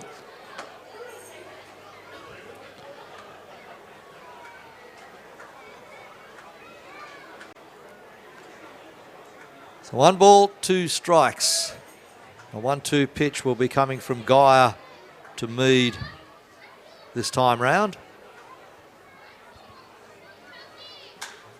Gets bat to ball, pops it up, second base going for it, right field. Michael Campbell coming in, jogs in, calls everybody off, away he goes. Just like shelling peas for Michael Campbell. Reaches up for that one, says, I got it, guys, don't worry about it. First out there for the Adelaide Giants, top of the 5th inning, a fly ball to right field. And Second one of the night. Michael Campbell doing the job.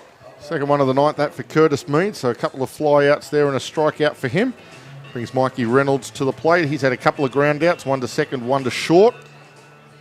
And Klinsky still at first base. There's the runner. Certainly won't want to ground out there on this occasion, otherwise he'll ground into that double play. With Burns and Nagopi as your pivots, you don't get a lot of second chances. That's absolutely correct. It's something that the Blue Sox have really picked up on in the last couple of seasons. They really have cut that error rate right down to almost nothing.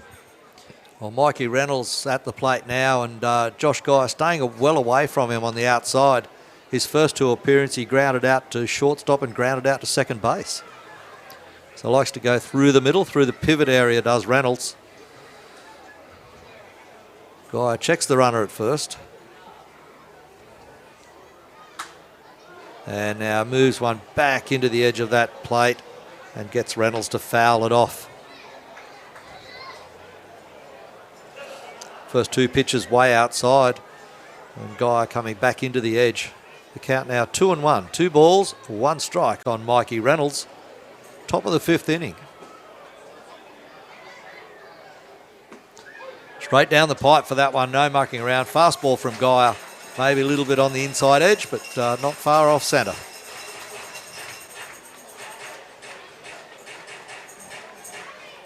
Builds the tally. Reynolds looks down at the first base coach to get his signs. What do we do now with a 2-2 count, coach? Hit the ball hard. I think that's the story. Go deep. Oh, he did, but he just didn't put it in play. He turned on it all right. Third base wall he went to. New idea. Hit the ball hard, hit it into fair territory. It's a simple game, isn't it, Cam? See the ball, hit the ball, and if you're on the other side of it, it's see the ball, catch the ball, throw the ball. That's it. For all those kids listening out there, that's the best tip we could give you. That's about as simple as baseball gets.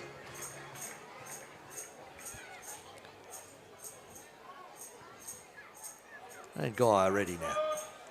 2-2 pitch. There we Rips go. it to left field, does Mikey Reynolds. Split shortstop and third base. Nobody would have had a chance of getting that. Alex Howe retrieves You've it. just got to give him the right instructions, Harrow. Simple game. See the ball, hit the ball. Okay, this time see the ball, hit the ball into fair territory. Mikey There Robbins you obliges. And he moves his runner around to second base. I'm sure all the Adelaide Giants fans are asking me to just go one better this time. Oh, they'll be ringing you next week saying, This can you about coach? with Eric Peterson. You say, see the ball, hit the ball out of the field in fair That's territory. right. Correct. And all of a sudden they'll be back level. Or near enough. Oh, dear. So Peterson does step in. Not sure if the boss man wants me to keep riding the Giants at all. I don't think so. You'll be in hospital if you keep doing that. We kneecapped. Call in on your way home, Cam. 2 runners on now for the bite. Don't come Monday. Oh, I said it. Hey, Got ching. me. Ching, number Finally, first we've one. got him. First one. We got you for a Bulldogs last night. You got a Bulldogs one, but you got a cha-ching for that one. Well, that was a footy game.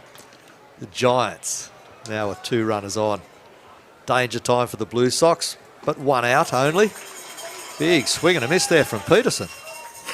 Uncharacteristic. A good off-speed pitch by Guy. Just changed the paces up. And Peterson thinking he was getting fastball, and all of a sudden the bottom dropped out of it, and he just went nowhere near it. He went, oh dear, that's a strike. Guy now. 0-2 pitch. Went to the curveball. So threw him fastball in the 3 pitches he's thrown him. He's gone fastball, change up, curve in that order. And then working away from the zone just a little. Well, in front 0-2, you really don't. Anything that goes down that centre third of the plate is a mistake. You want the outside third or the inside third. Throw the tempters and get them swinging. Ideally at 0-2, you actually go a ball and a half, 2 balls outside. Fastball. Gets the outside edge. Will go inside. out of Will play. go foul. Into the crowd down the right field side. Heads up down there, kids, as they all scramble for their souvenir ball. And, of course, here at Blue Sox Stadium, you get yourself a souvenir ball like that. You take it down onto the field afterwards. And you can get any or all of the Blue Sox to whack their name. Bring it up here and get it autographed. No, that devalues it by at least half of the value of the baseball. The fact that it's a game-used ABL baseball makes it worth something. You bring it up here and put our names on it, it's worthless. 1-2 pitch from Guy to Peterson. Swing and a miss. Gets him swinging. Good series of pitches that from Josh Guy. Got him that with either the cutter or the slider. Just not sure which one Josh throws. I think it's the cutter. Absolutely got him thinking fastball. And Chris Oxspring is probably going to go out and have a chat to Josh Guy about how well he threw in that series. But now the fact that he faces probably one of the more dangerous threats in this Adelaide Giants lineup in Aaron Whitefield. That was a set him up, knock and bound. It really was. He set him up, and then threw that out pitch. That's the one he had. As we said, he went fastball, change up, curveball. Hitter was probably sitting on fastball, thinking he'll go back to fastball now. He throws that cutter, and just as the hitter gets his eye line to think, yep, I'm sitting on fastball here, that thing starts to just go away from you, and you've got no way to catch up to it. The guy gets that really nice strikeout as Chris Oxspring heads out to have a few words to Josh Guy. Everything's happy. Oxspring comes back. He might be getting nearer to a pitch count. There is some action happening in the Blue Sox bullpen. I will have a look up there with the binoculars and let you know who is having a throw. Ox will certainly have a plan there, and which is why he had that little bit of a chat. He's giving the warm-up pitchers in the pen more time to get their arms rolled over, do a bit of stretching. Still 2 runners on here for the Giants, but 2 out here in the top of the 5th. And Whitefield at the plate. Swing and a miss on the first one. Nice fastball from Guy. Ox might have said, let's not muck around with him any longer. Let's go with this, get this 3rd out, shut it down. You can finish the 5th innings and we'll go to someone else.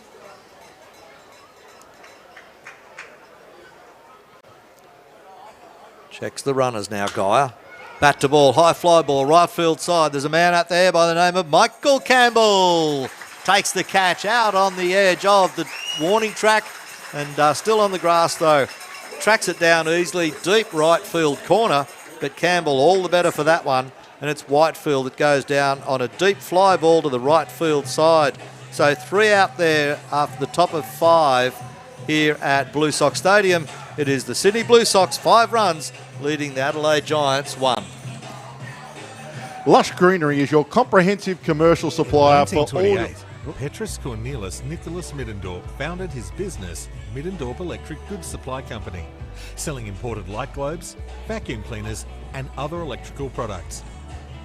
Business began booming, so Petrus and his sons opened the first Middendorp branch in a converted church on Latrobe Street in Melbourne in 1956. This was the first of many branches that would eventually spread across the country, trading as Middies in its signature pink colour. Are you struggling with the rising cost of power? You are not alone. Over 2 million Australian homes have now installed solar. The average size solar system can save you around $500 a quarter, add value to your home and reduce your carbon footprint. SolarAy is Australia's largest independent solar and storage installer, located right here in Blacktown. Talk to the team at SolarAy to find out if solar is right for you. Visit solaray.com.au/Blue Sox today. SolarAy Energy, proud sponsors of your Sydney Blue Sox. There you go, the voice of the summer of baseball and Sports Broadcasting Australia, PMAC, in there doing a little bit of SolarAy promo. SolarAy Energy, great supporters of this club. Can tell you the 2 imports are up there warming up for the Blue Sox in Zimmerman and Marksbury.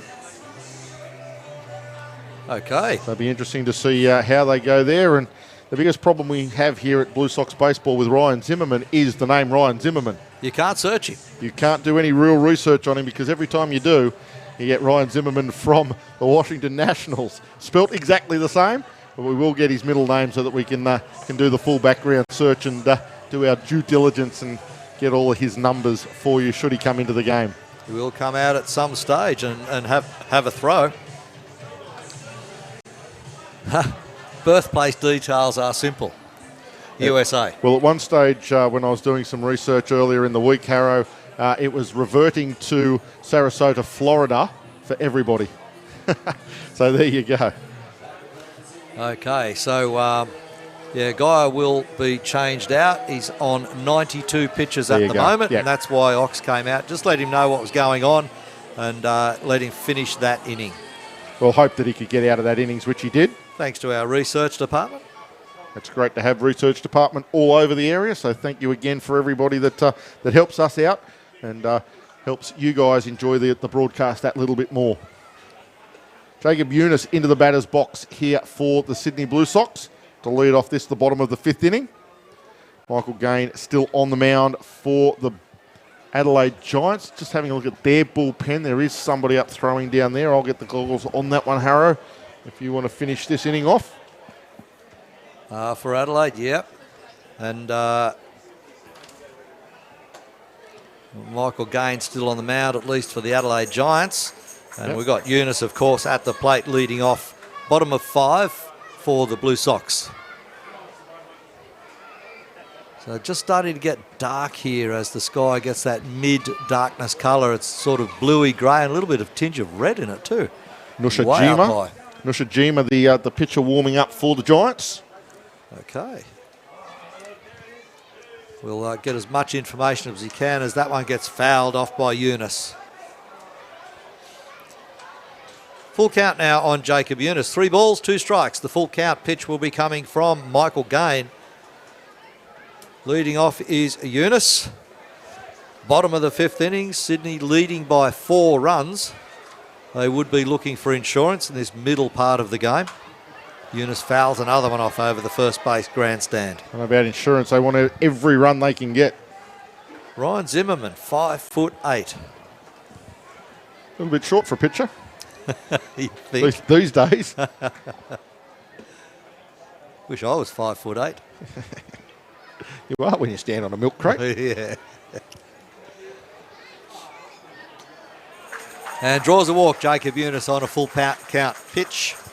So base on balls issued by Michael Gain, the starting pitcher for the Adelaide Giants.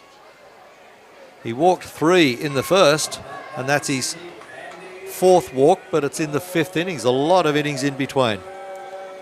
So runner at first, Jacob Eunice brings to the plate. Andy Burns, last appearance, home run. Straight over the left field fence. And that brings a visit. This could be the change. They may not want Michael Gain to throw to Andy Burns. Well, last time he did was disastrous. It hurt. There was a big ouch in it. Over the left field fence, and it went a long way over the left field fence, let me tell you. I think it bought a ticket to Brisbane and it's still flying. Certainly was changing its postcode, that was for sure. It was no longer in Rudy Hill. I think it had left the Blacktown local government area quite quickly. Had a different postcode on it. So Andy Burns They are waiting sending patiently. a coach up to the bullpen now. Yep. As Riley Barrington makes his way out to the mound to break up the discussion. No, I think they're going to leave him in for Burns. I think they were just discussing their tactics. A plan. They conjured up a plan to see if they can get Burns out or maybe even put him on base. Does Shane Barclay put a pin in that plan by doing something sneaky? He's likely to. We shall soon see. Of course, we have seen Eunice and Burns hit and run on about 3 occasions this weekend when Jacobs got aboard and Burns has decided to go into the hit and run. Once it worked out beautifully, once it worked out disastrously. Well, they're not going to walk him. And Eunice goes. Loose pitch. Mitch Edwards lost where that ball went. He thought it was in his glove or in front of him, and it certainly was not. So Eunice now in scoring position at second base. Sydney on the attack again. The leadoff stands at second base. Andy Burns at the plate. Home run hitter in the bottom of the second inning.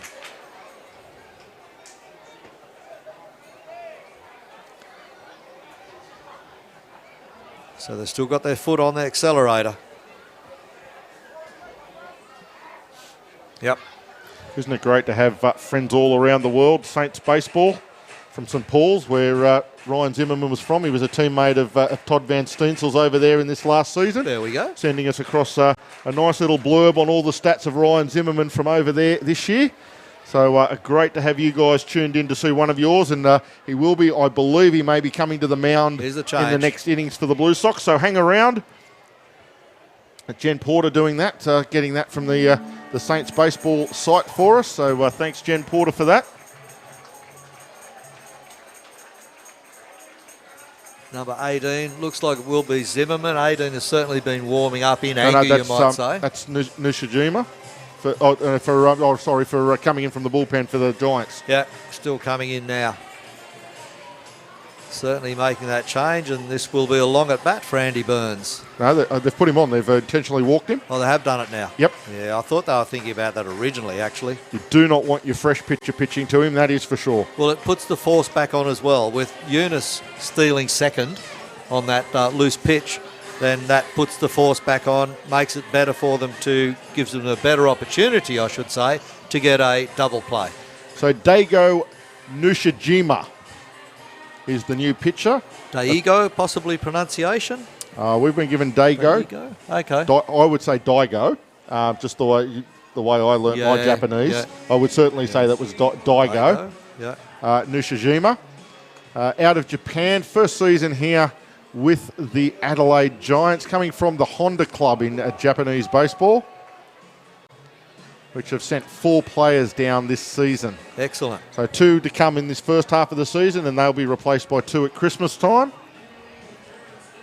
And last week against the Bandits, had 3 innings pitched and only gave up the 2 hits, no runs, no earned runs. So a good start out for Daigo Nushijima, the new pitcher for the Adelaide Giants. He looks the goods warming up, I know that. Knows how to sling a ball. So it's going to be interesting. The 5th inning, bottom of the 5th. The flinch is the Adelaide Giants changing pitcher, and then of course that'll be followed by Sydney for the top of the 6th. They will bring, it looks like Zimmerman that will come out of the pen. You can't quite see the pen from my seating position, but he's certainly warming up. So the infielders for Adelaide, as you can see from our shots, everybody having a discussion as the young fella does all his warming up. Number 42, all 6'3" of him it had on page 1. Adelaide Giants trying to change the dynamic of this game. Sydney are leading by 5 runs to 1 We're in the bottom of the 5th innings. There are 2 runners on. It is Jacob Eunice at first for the Sox and Andy Burns at first, Jacob Eunice at second. Of course, in scoring position at second base. So 2 on, and Gift and Gopi comes to the plate. He's had a double to centre field and a strikeout in his first 2 appearances. Fastball missing way outside there from Dago.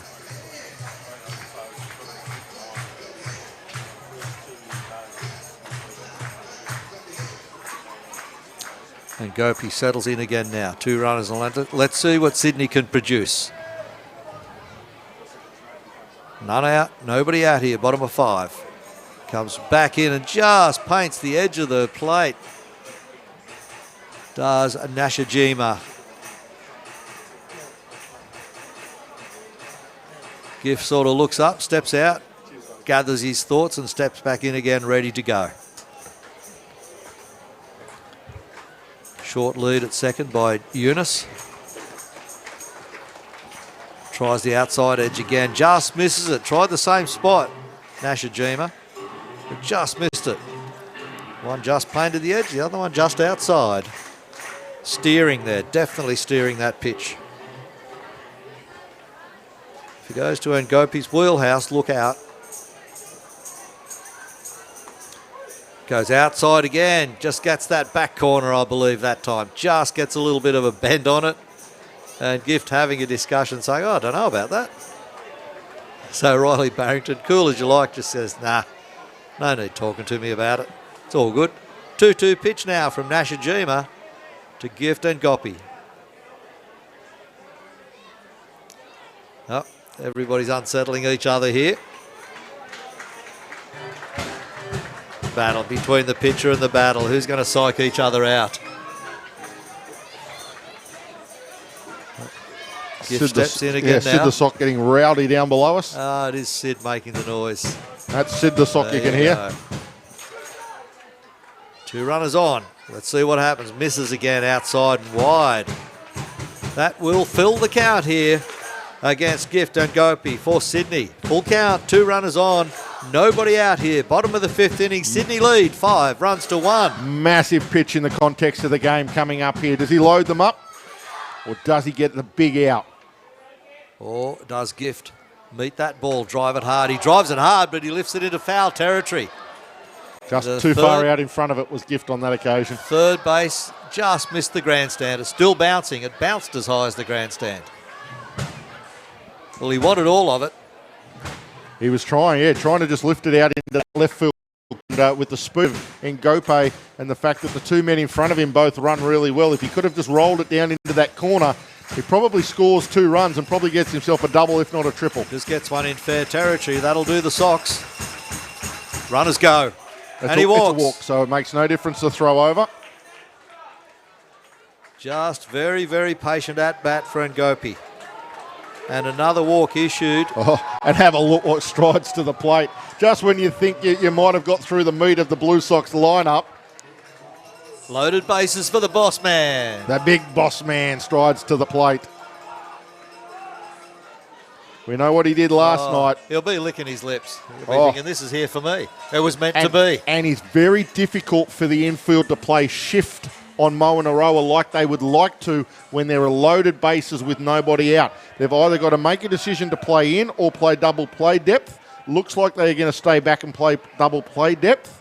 Goes fastball inside low across the knees. And Nushijima falls behind Moanaroa, which is dangerous. 1 ball, no strikes. He'll make the adjustments, work his way back to the zone. That will be time for trouble. Nashijima again now. Oh, he gets boss swinging. That's 1 each. 1 each. 1 ball, 1 strike.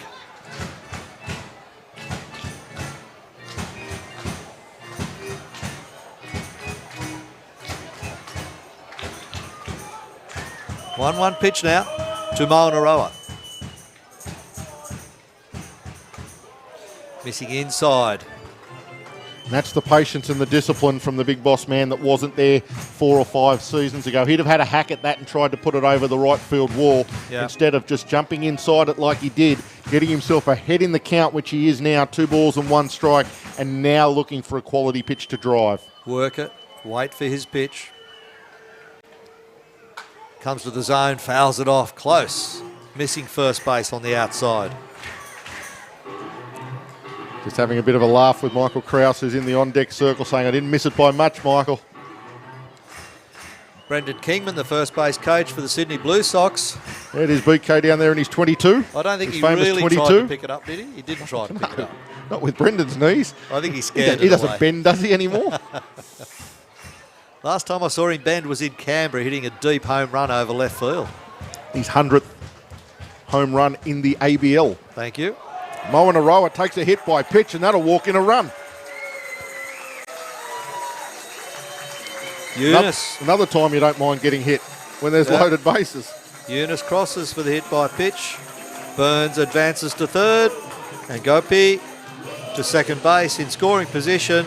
And, of course, big boss Moen Aroa hit by pitch standing at first base. And gets himself another RBI.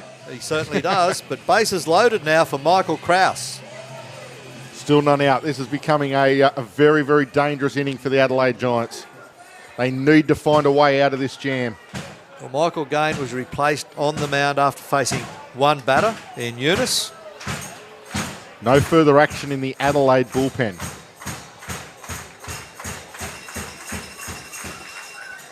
One missing low. So not getting any easy here for Nashijima.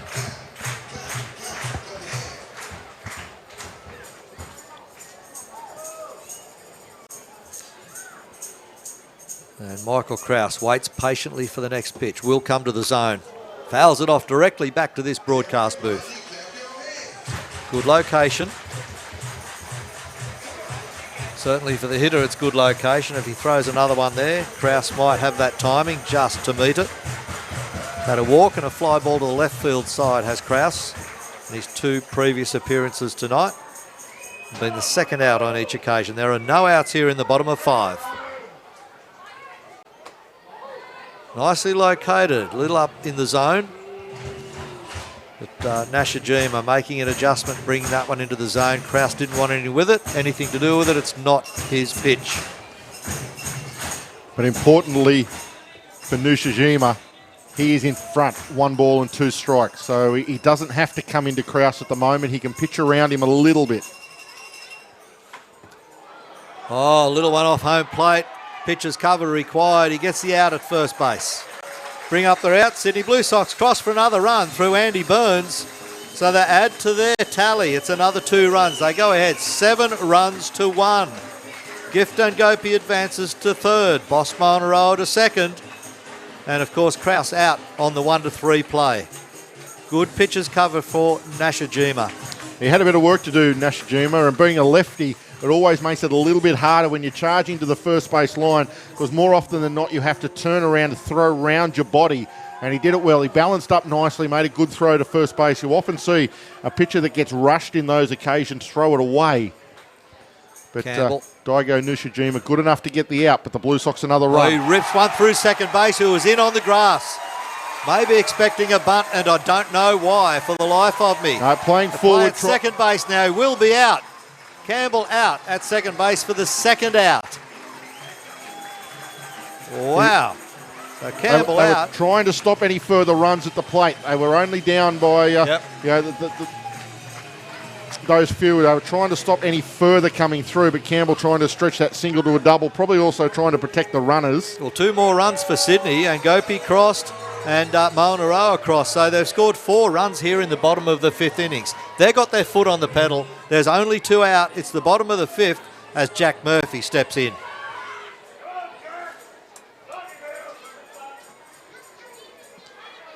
I'm trying to remember that play, Cam. It was maybe. It was a hit to 9 and then a 9 to 4. Yeah. For the second out. So it was a hit out to Stobie as First pitch going straight after it is Murphy. It's long, but it's down anywhere into centre field is going to be the territory for Aaron Whitefield. Probably one of the best centre fielders that Australia has produced, and he mows it down comfortably to get rid of Murphy and end the bottom of the 5th inning.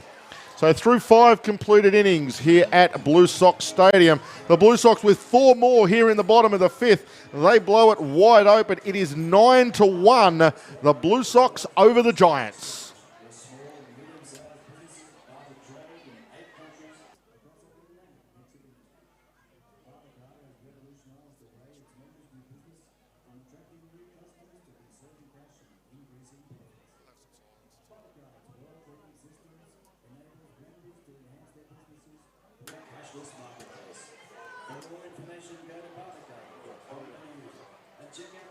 Not all solar installers are created equal. As one of the largest independent solar and storage companies in Australia, SolarAy has award-winning expertise to ensure you get a smooth and expertly configured installation. A solar power system can save you tens of thousands from your power bills, add value to your home, and reduce your carbon footprint. To find out if solar is right for you, visit solaray.com.au/BlueSox. SolarAy Energy, proud sponsors of your Sydney Blue Sox.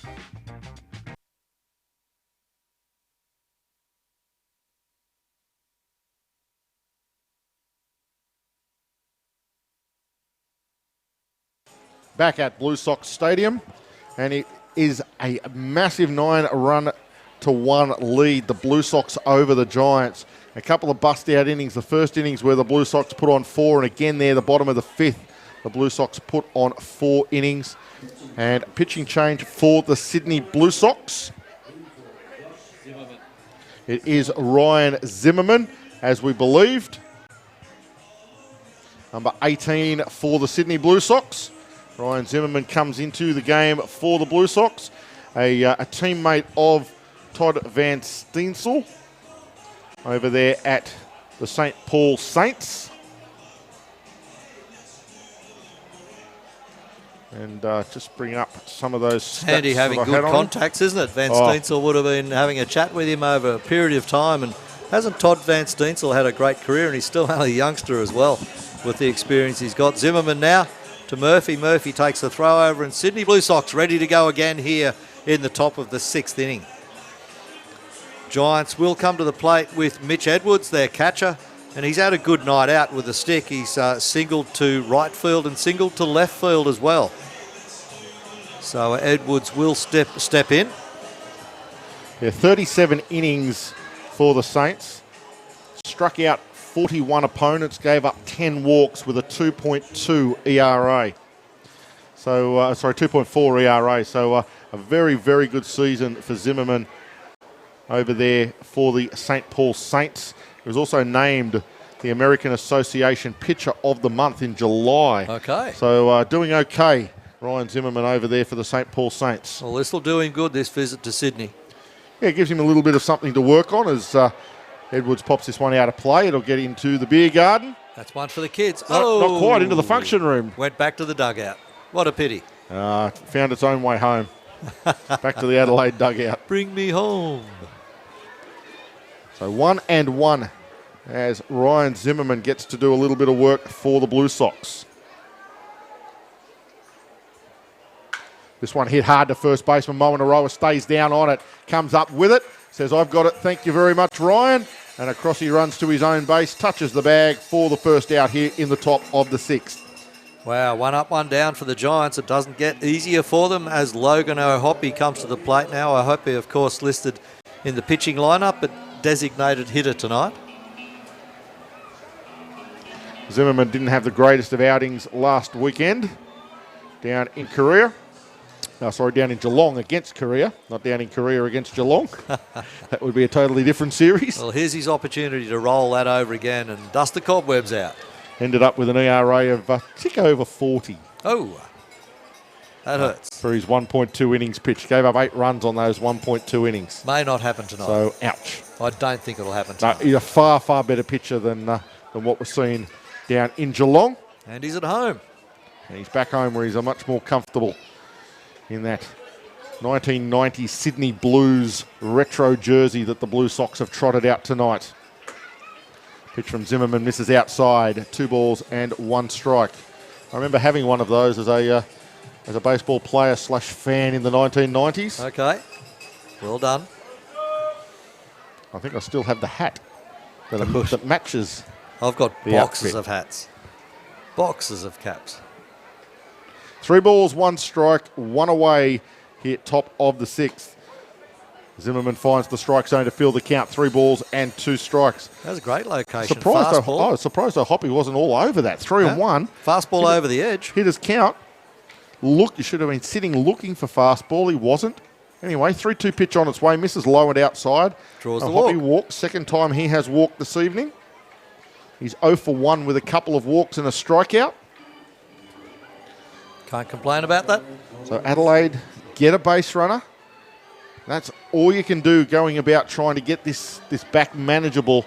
Get a few base runners. Try to get something happening. Bit by bit, step by step. No good trying to go after them in clumps of 5 and 6. You would like that to happen, but when you try to make that happen, it tends to end up a little bit ugly. As Andrew the Bat Boy heads out, and he's as tall as Connor McDonald down there, Andrew the Bat Boy. Connor McDonald's all of 6'4". He's living in a good field, I know that. Just thinking back to the conversation I had with his mum, Lisa, I got a feeling he's under 16s. Wow. Big boy for under 16s, isn't he? Can he pitch? A swing and a miss. No, he's more of a hitter. Stobie it is at the plate. He falls behind 0-2 now with that big swing. Hoppy at first base, courtesy of that 1-out walk. Zimmerman to the rest. Big breaking pitch, just misses upstairs. It's the first time we've seen that big over-the-top breaking ball from Ryan Zimmerman. Nice time to bring it out, but he just couldn't find the zone. I think Andy Burns was telling him it wasn't too bad from where he stood. he turned around, had a bit of a chat to Andy Burns. Let's see what Zimmerman offers up now. 1-2 pitch, goes fastball, challenges the hitter, beats the hitter. Stobie swings through the fastball from Zimmerman. Zimmerman gets his first strikeout of the evening. Stobie didn't want to leave. You can't stay there, you've had your 3. He's still trying to work it out. Which way did they go? Which way did they go? You've had your 3, ring up the next bloke. So Stobie down on strikes for the second time this evening, and that will bring Rickson Wingrove to the plate. He's had an RBI single and a strikeout. Runner still at first in the form of Logan O'Hoppy. Zimmerman fastball, Rickson goes after it, comes up empty.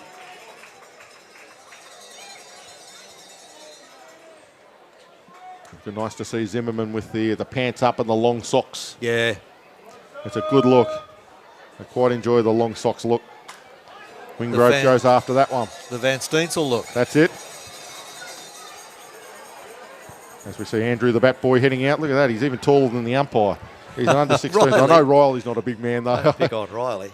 Riley's as fit as though, isn't he? It's good to see him so fit and healthy. He had a Really few health doing a hiccups a great couple job. of years back, but it's great to see him back fit, healthy, and back umpiring in the ABL. Doing an excellent job. Pitch from Zimmerman is outside. That will be 1 ball, 2 strikes now.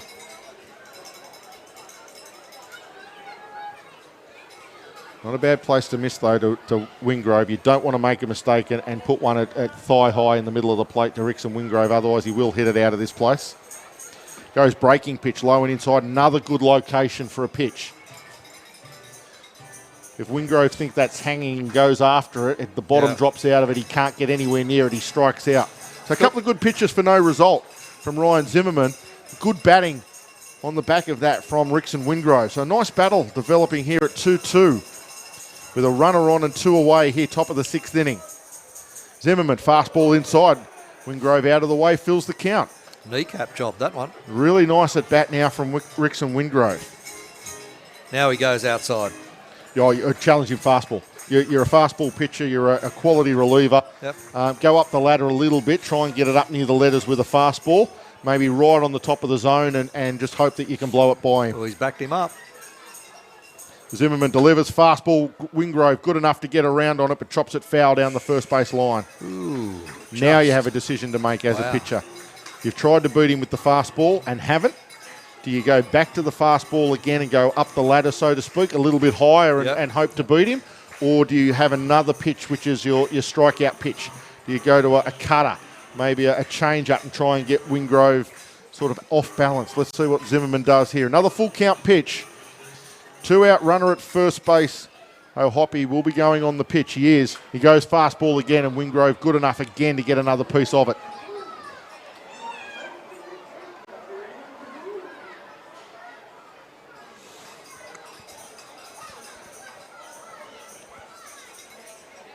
So we line up again with 2 out and a full count on Rickson Wingrove in the batter's box.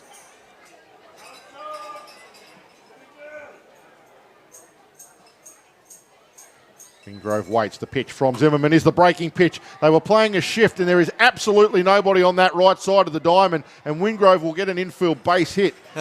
They were playing the right shift on Wingrove, and he was able just to hang in there and go the opposite way. The only person over there anywhere was Eunice.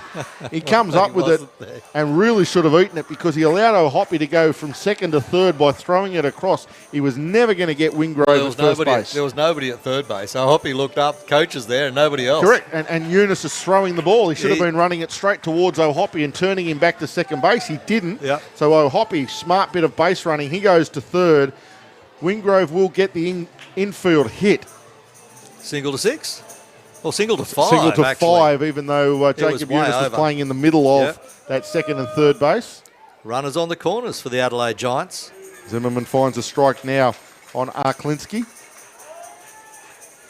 Arklinski was hit and has singled in his 2 plate appearances.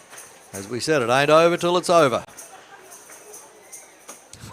Osmo and Aroa having a little bit of fun up there at first base with Rickson Wingrove. Oh, I don't know if our viewers could see that He shot. was trying to grab him. If we can get that shot over at first base there, you can see Boss and Wingrove having a nice laugh with one another. Boss had his hand on the other bloke's hip. He was trying to grab him by the belt to stop him from going anywhere. This one's popped up into shallow right field. Should be a play on it. Andy Burns going around. He will make the catch in shallow right field after a little bit of a bobble, but he gets it in the mitt for the 3rd out. And so the Adelaide Giants will leave a couple out there, leave a couple stranded out there in the top of the 6th. They'll add nothing onto the scoreboard, and they will still trail the Sydney Blue Sox by 9 runs to 1 as we head to the bottom of the 6th inning.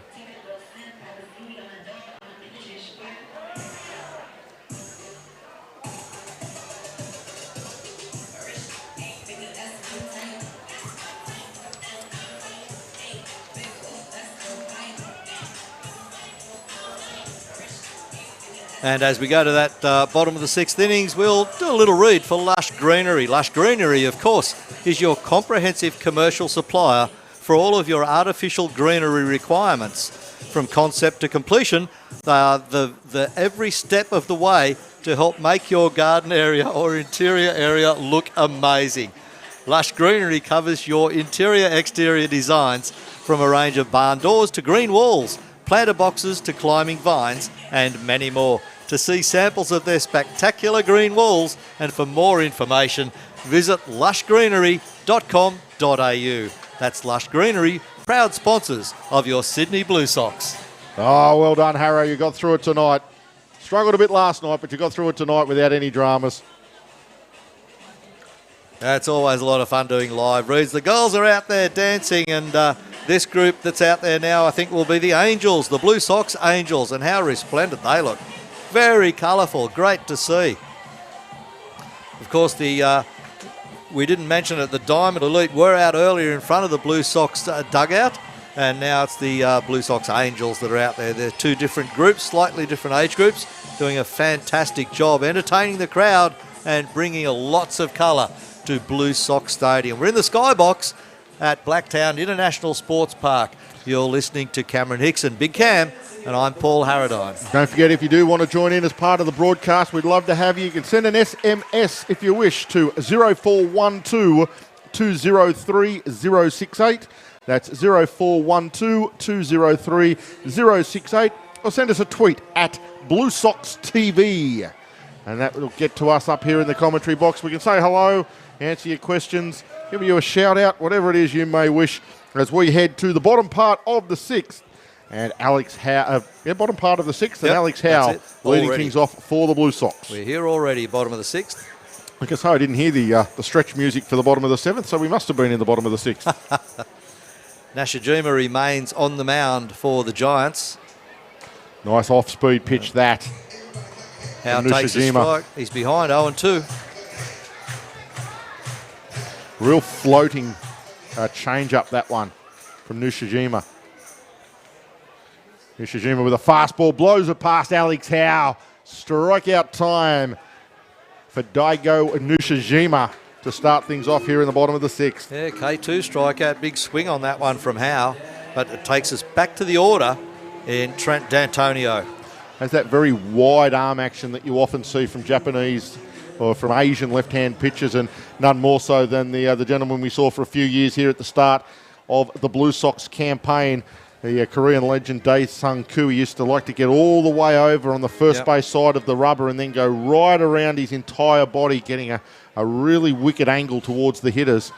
And Daigo Nushijima reminds me a little bit of him. He gets right over on that end of the rubber towards first base and has that wide arm action and creates a lot of angle to the left-handed hitters. I think the break in innings might have helped him out a little bit after coming on during an inning. In a tough spot. He's come out of the dugout ready, and his rhythm already looks different. And Nushijima behind 2-1 now to D'Antonio. 0 for 3 tonight, D'Antonio. 2 flyouts to right and a flyout to third base. Gets it to 3-1. We were saying last night how Trent had become only the 5th player in the ABL to come up with 300 hits. Yep. And that is a massive effort when you consider the amount of walks. I think he's led the league on 2 seasons in walks. He flinched on that one, then saw where it was, stayed down low. I wasn't sure if it might have caught the inside corner, that dreaded inside corner here at Blacktown International Sports Park. But Riley Barrington said ball 4. So D'Antonio walks. Second walk issued by Nashijima. And I think he's faced 8 batters now. 9th one coming up in the shape of Jacob Eunice. Eunice gets himself set, just waiting to step in. He steps in. Music will fade away and Nashijima will throw first pitch to Eunice. Eunice with a couple of walks tonight and a ground out, and there's his base hit. It keeps his streak alive. It keeps it up to now 4 games for Jacob Eunice. Mr. Regular. So he gets another base hit there, keeps the average rolling along, and gives the Blue Sox runners at first and second with 1 out here in the bottom of the 6th. Boom, boom time. Crossed the plate for 3 runs tonight with a home run in the second inning, a walk in the first inning. It's Andy Burns. With that home run, we're into game 7 of the season, and he will head. They might be going to intentionally walk him again. No, the pitchers, they're going to go out and have a meeting. With that home run he hit earlier tonight, we're in game 7 of the season, and he already has 10 RBIs. Whoa, you beauty. So flying with the RBI count. Well, another visit from the Adelaide management here. Yeah, just while they make a decision. Probably, activity in the bullpen. They're probably just going to be very careful about how they pitch to Andy Burns after they saw how far he hit the ball in innings number 2. So probably just saying to, stay away, stay low. If you walk him, big deal. We've still got the force on. But don't let him launch another one. Burns certainly knows they're wary of him. Just having a look at the left-handed pitcher warming up down there. Going lefty-lefty. Okay. For the Giants, looks like it might be number 17. Have we got a 17 on the lineup? We have. That's Evan Rutsky. We saw Evan last night in an inning of relief. Yep.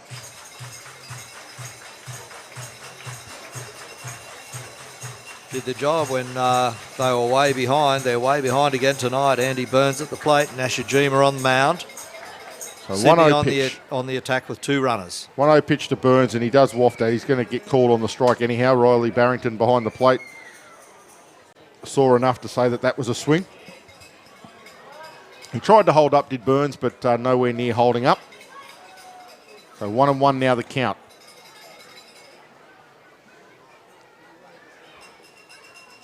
1-1 pitch on its way, hit hard to left field, but straight at Arklinski, and he will just come forward a step or two.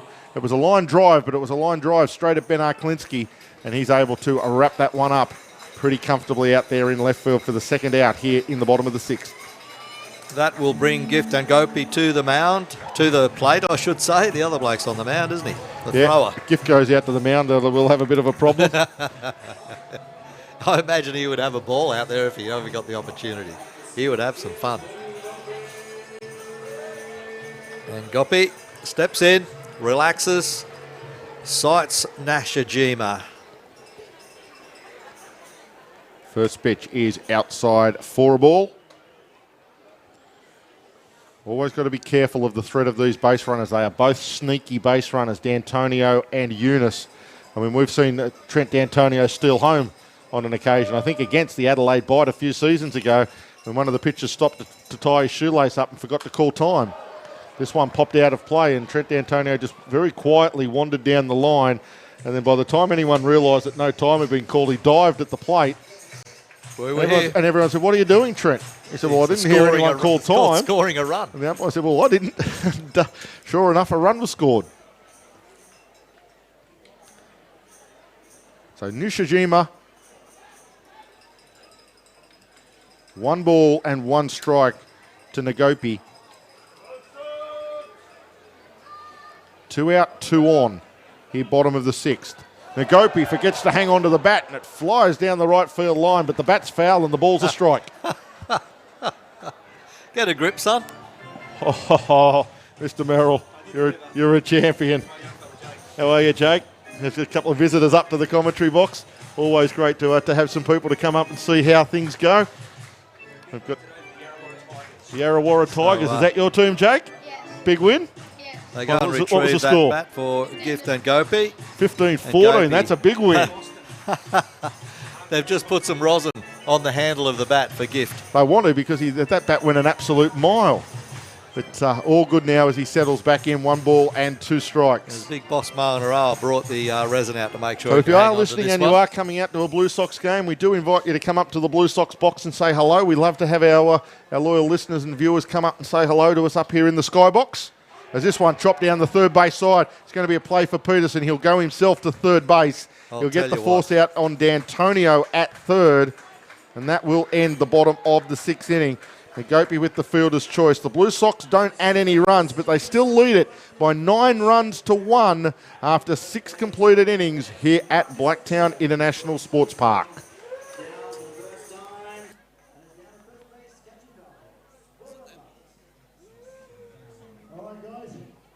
Middendorp founded his business, Middendorp Electric Goods Supply Company, selling imported light globes, vacuum cleaners and other electrical products. Business began booming, so Petrus and his sons opened the first Middendorp branch in a converted church on Latrobe Street in Melbourne in 1956. This was the first of many branches that would eventually spread across the country, trading as Middies in its signature pink colour.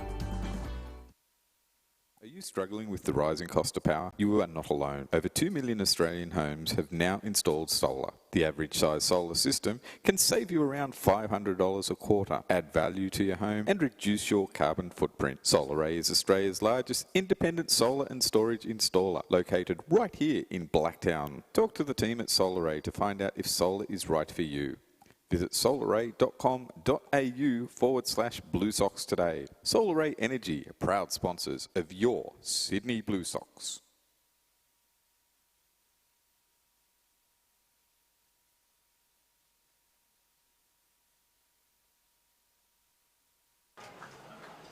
And welcome back to the Skybox here at Blacktown International Sports Park, where we continue the game, the battle between the Sydney Blue Sox and the Adelaide Giants. After 6 innings, it is Sydney 9 leading the Giants 1 run. A big 8-run lead in this game as we go to the top of the 7th inning. The top of the 7th, it will be very interesting. We go to the top of the order for the Adelaide Giants. They will be led out by Curtis Mead, the second baseman. And he's been out on each of his 3 previous appearances. So Mead steps in now, facing the pitching of Ryan Zimmerman. Of course, Zimmerman came in the top of the 6th inning. So Zimmerman ready again now, delivers the second pitch on an 0-1. It's high fly ball, deep right field. Out there, Michael Campbell gets underneath it, moves around a little, but Campbell set for the task and gets that high fly ball out off the bat of Curtis Mead. He goes down swinging with a fly ball to position 9 in right field. 1 up, 1 down for the Adelaide Giants, and that will bring to the plate Mikey Reynolds. Is that a slushy, Cam, that you bought me? That is a fruit tingle. A fruit tingle slushy. We'll keep it there until we're not broadcasting. Right, yes. It's a nice colour. I like purple. Oh, it's a beautiful purple. I'll put a photo of it on our Twitter feed, on the Blue Sox TV Twitter feed, as Zimmerman goes after it. Hard hit ball into the 5-6 hole.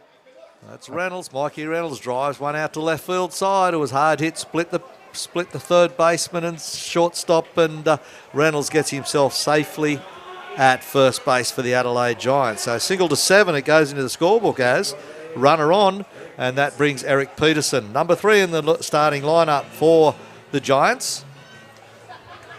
And he's been out in his first 3 appearances as well. Let's see if he can get himself on base this time. Peterson.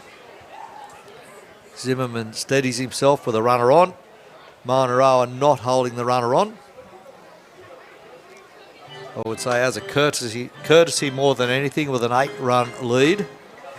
Top of the 7th inning. Yeah, it just basically gentlemen's rules that usually that's at 10, but again, there's no real reason to hold him on 1 out. You're looking at a double play, so you're back in your double play positions. You're not really worried if he does this and takes off and takes second base, but as it is, it's fouled off by Peterson. And so Mikey Reynolds just wasted 90 feet of energy. It was a little stretch, that's all it was, a warm-up run. He might have to do it again. Well, he probably will if he's not being held on at first base.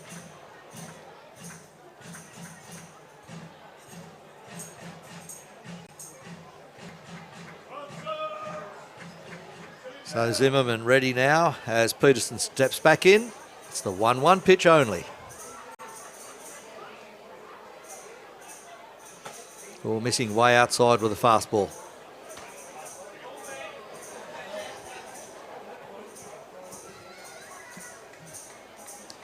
Wonderful night here at Blacktown International Sports Park and Blue Sox Stadium. The Blue Crew bringing you the broadcast of Game 3 of Series 2 in the 2019-2020 ABL season.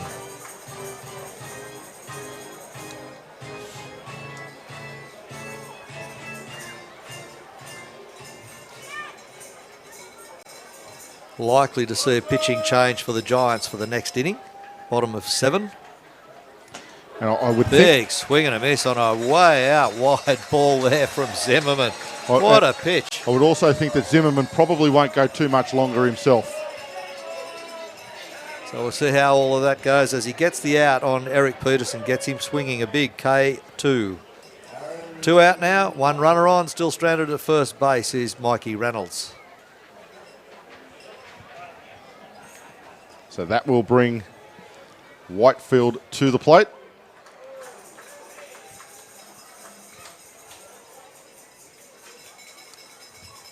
Gordon Guy just asking the question about what might be in that drink. As far as we're aware, I have no idea, but I will not be drinking it till we go off air, just to be safe, Gordon. As far as we're aware, Gordo, it is a purple slushy. That's all I can describe it as. It is a fruit tingle. It is alcoholic, so it will be sitting there until we are finished the broadcast. I better get informed of the contents before I go home. I'm not driving. Cam is. Gee, Cam, you might miss out. No chance, Harrow. Might be too sweet for me. Yeah, it will be very sweet for you. I will give you a taste. We will allow it. Yeah, have a look at it at Blue Sox TV. I tweeted a photo out just to show everybody what it exactly looks like. It just all it's missing is a little umbrella and a piece of fruit on the side of it. But we'll get to that. Pineapple would be nice. We'll get to that. Pineapple's good for you. 2-2 now. 2-2 Zimmerman to Whitefield. See who wins the battle out of these two. Swing and a miss from Whitefield, and he goes down on strikes. Only one winner there. Big K2 as Zimmerman blows a fastball straight through the zone. So time to stretch here in Sydney, middle of the 7th inning. Get up, stretch those legs. It's the 7th inning stretch here where the Blue Sox lead the Giants by 9 runs to 1.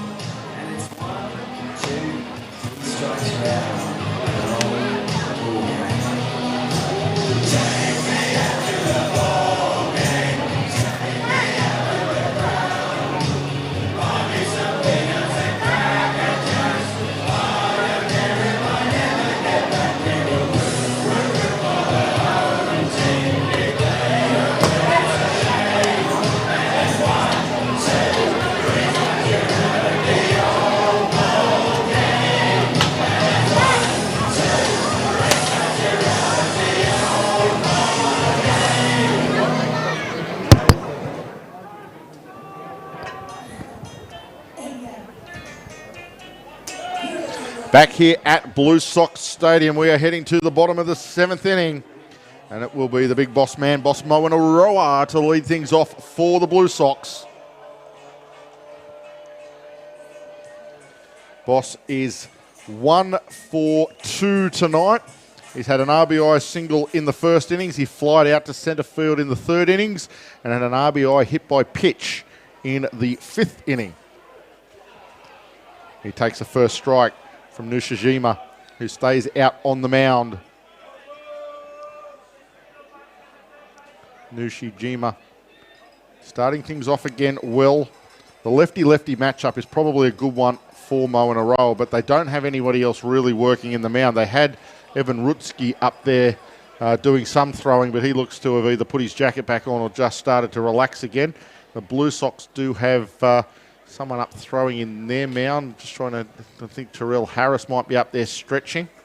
It's a long way down to the diamond down there as Moanaroa takes a big hack. I think Harris has warmed up each of the nights. Certainly last night he was in the pen warming up. Rolling his arm over, no doubt. He was in the dugout for a while with a bat last night. Or he's inspecting it. That was dangerous. He was trying to work out what it was. Moanaroa chops it foul down the first base line. Well hit ball, but foul again. Who is up there throwing for the Blue Sox? He just turns his back to me a little bit. Those long eyes you've got, the binoculars, they're called. Moanaroa steps in again now, having a stretch. Nashijima raises his arms up, just stretching his shoulders. 76. Trying to get himself sorted as he throws the 1-2 pitch to Moanaroa, who lifts it sky high, and underneath it, Aaron Whitefield just gets himself into position. Oh, catches it with the glove down. Yeah, the old basket catch. He was that confident. Moanaroa out on a fly ball to centre field is how it goes into the scorebook with high, hard hit ball. But 1 up, 1 down, the Sydney Blue Sox in the bottom of the 7th inning as Michael Krause strides to the plate. Krause 0 for 2 tonight. He's had a comebacker, which at least scored a run, so he gets an RBI for that one. But went down with a fly ball to 7. And he's had a walk in the first innings. Nice off-speed pitch from Nushijima. Nushijima gets ahead 0-1.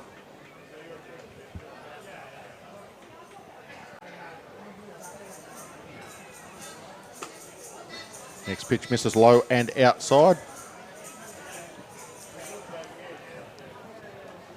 Count now at 1 ball, 1 strike, 1 away here in the bottom of the 7th inning.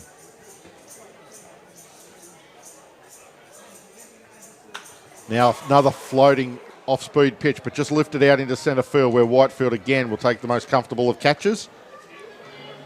So 2 outs and 2 catches for Whitefield out in centre field. That will bring to the plate the second of the Michaels, Michael Campbell, for the Blue Sox. 2 up, 2 down, bottom of the order, but the bottom of the order did provide a rally in the first inning to keep the inning alive. Went through 9 batters in the first inning. Well, if the Giants are going to have any chance in this game, they can't give up any more runs. Absolutely. If they give up any more runs, they are no hope. They're 8 behind now. Nice pitch from Nishijima in for a strike. No, missed outside. Wow, that looked okay from here. Must have just been outside. Yep. Riley's the man on the spot. Just that angle, that lefty-lefty angle. Comes again, fouled off. Campbell back to the net.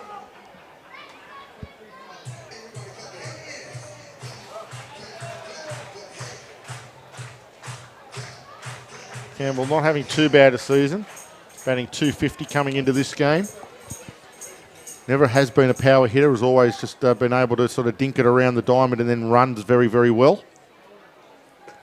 Curveball misses inside. Nishijima. Nishijima steers the ball a lot. You can see him. He's not just throwing it with power necessarily. He's more trying to steer the thing into certain spots. Next pitch is a fastball, and that one is slapped into left field by Campbell. He'll round one. He won't go any further. He'll put the brakes on and head back to first base. As you said, Cam, previously, he just pops the ball around through gaps. All around the diamond, finds it all the time. Just makes solid contact and then backs his speed to get him to the first base in front.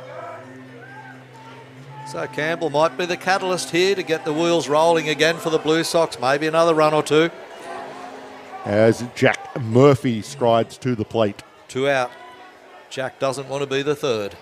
That's exactly right. You don't want to be the third any inning, especially the last inning, but you don't want to be the third any real inning.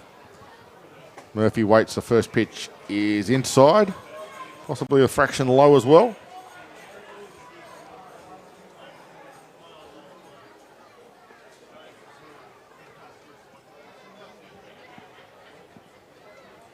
Nishijima takes his time with that 1-0 pitch, and it's hit hard by Murphy, but it's going to tail foul. It was hard hit. It was only going to get to the fence on the full. Yep. But it hooked into the bullpen and hit the back wall here at Blacktown International Sports Park hard on the full. Right on the pitcher's mound in the bullpen too.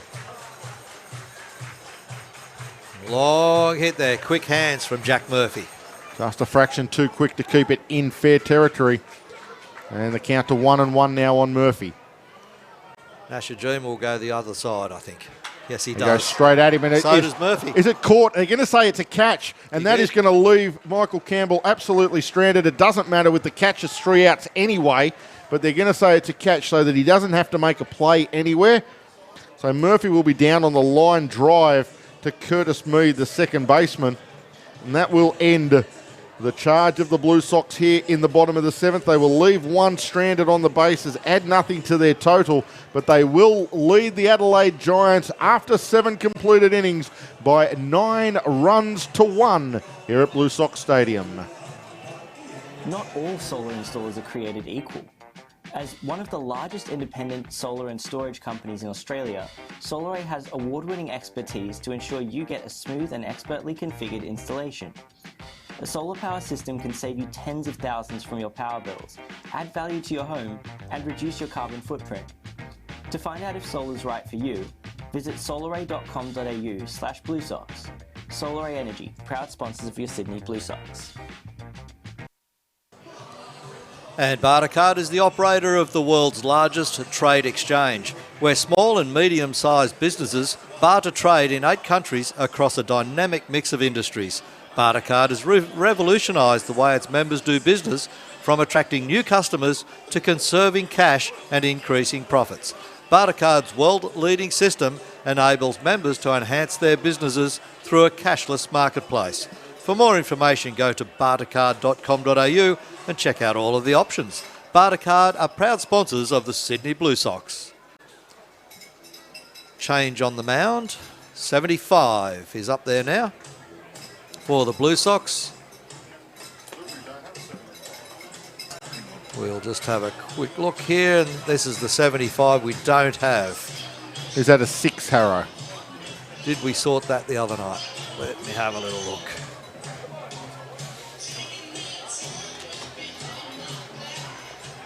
It is, no, it's going to be 76. It's not 75. It's going to be Brad Simon. It's going to be Brad Simon, who is a local Dapto boy. Is one of the development players, I believe, right down the bottom of our lineups here, Harrow, with number 76. Okay. Not on the computer. So it's not 75, it's 76. Okay. And it's going to be Brad Simon.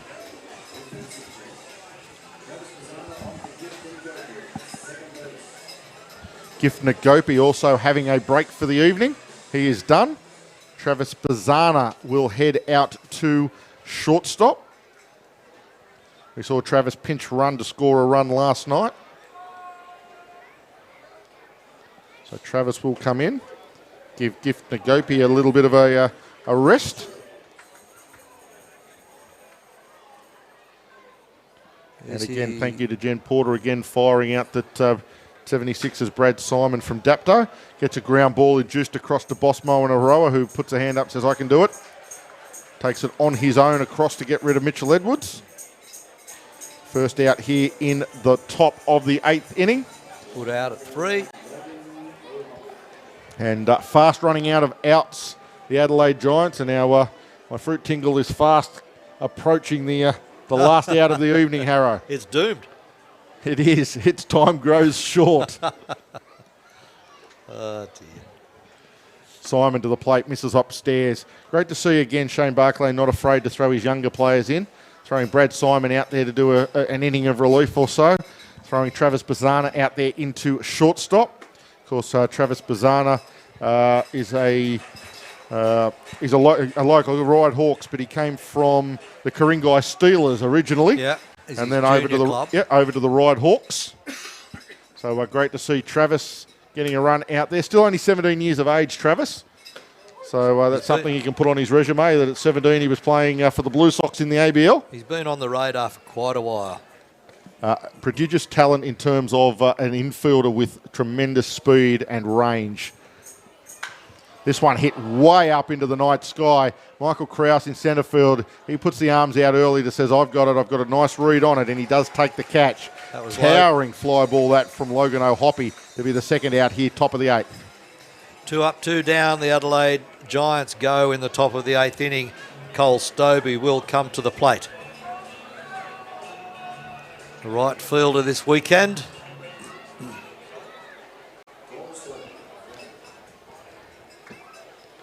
So Simon with 2 up, 2 out. He would love to be able to get 3 up, 3 down and say that he threw a perfect innings on the mound for the Blue Sox as he walks off. I just got a message saying power has been restored to the suburb of Thornley in Sydney. They've been out since Tuesday. Oh, no power. Just been restored tonight. As he donks. On the helmet. Stobie looks okay. He quickly up.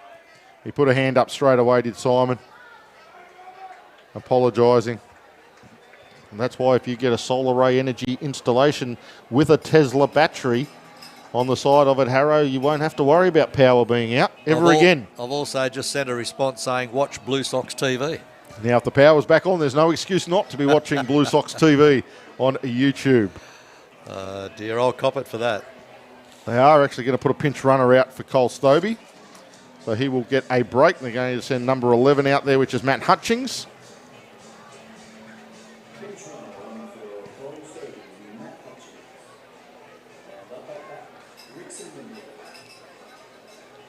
So Hutchings goes up to first base to replace Stobie. Again, probably just making sure that Stobie is 100% okay, which he appears to be. He bounced to his feet fairly quickly and it took a moment or two to get up, and then he was quite happy to jog up to first base. And I imagine that'll be a straight swap in the outfield as well. Yep, Hutchins played in left field. They may switch left and right fields over.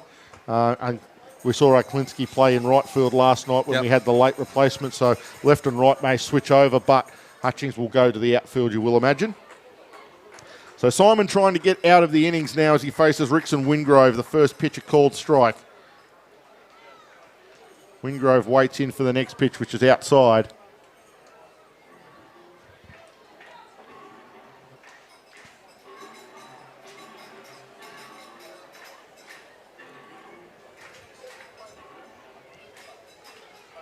And Simon has a look over at the runner. Nobody holding on, so I don't think he can turn around and throw. A nice pitch right down the outside edge of the plate. Wingrove backed out of it. He should have kept going.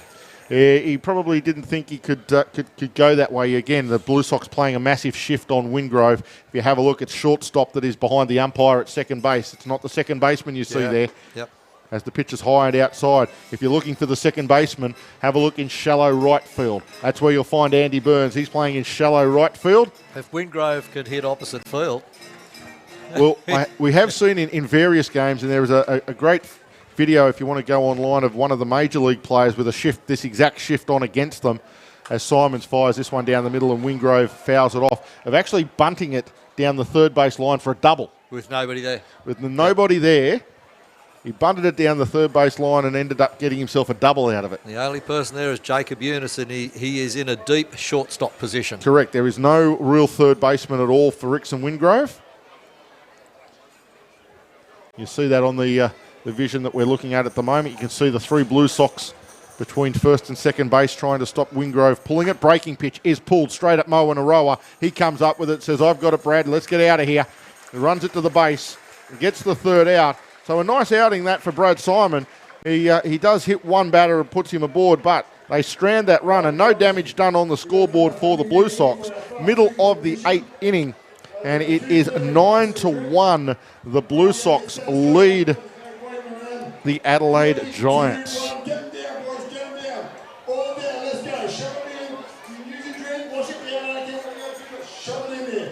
Now, I might just do around the grounds here, Harrow, if I can get this to load up for me very quickly. Little update on those scores from the other venues. Of course, Brisbane are playing at home this weekend as well. Yep, just waiting for my my computer to reload itself. Here it goes. It was taking its time. I don't know if that's the internet here at Blacktown or my little iPad working overtime. That doodad. But it's taking its time, so I can tell you that we had in game one the Aces beating the Auckland Tuatara 1-0. They have beaten them 4-3 in the second game of the double header. Okay. I know that's last night's result. My apologies. Let's get over here onto the right day. It is 1-0 in the bottom of the 7th in that game, is it? Oh no, sorry, there it is. 8-2 Melbourne lead the Tuatara There's been a in the bust out 6th there inning. as well. The Heat lead the Cavalry 3-1. That is into the 6th inning. And in the Brisbane game, it was 5-1. It's 5-1 in the 7th inning of the second game of that double header up there in Brisbane. Yeah, Brisbane Brisbane won the first one. game 8-5. Yep, and they lead at 5-1 in the second. We do have a change on the mound. Evan Rutsky has come into the game. Number 17, the big, tall Canadian. 27-year-old Canadian who was at the Premier 12 tournament just recently pitching for Canada.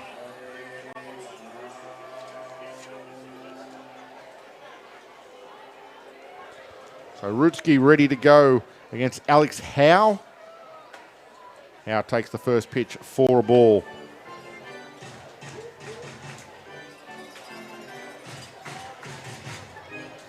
Howe batting 9 for the Blue Sox today.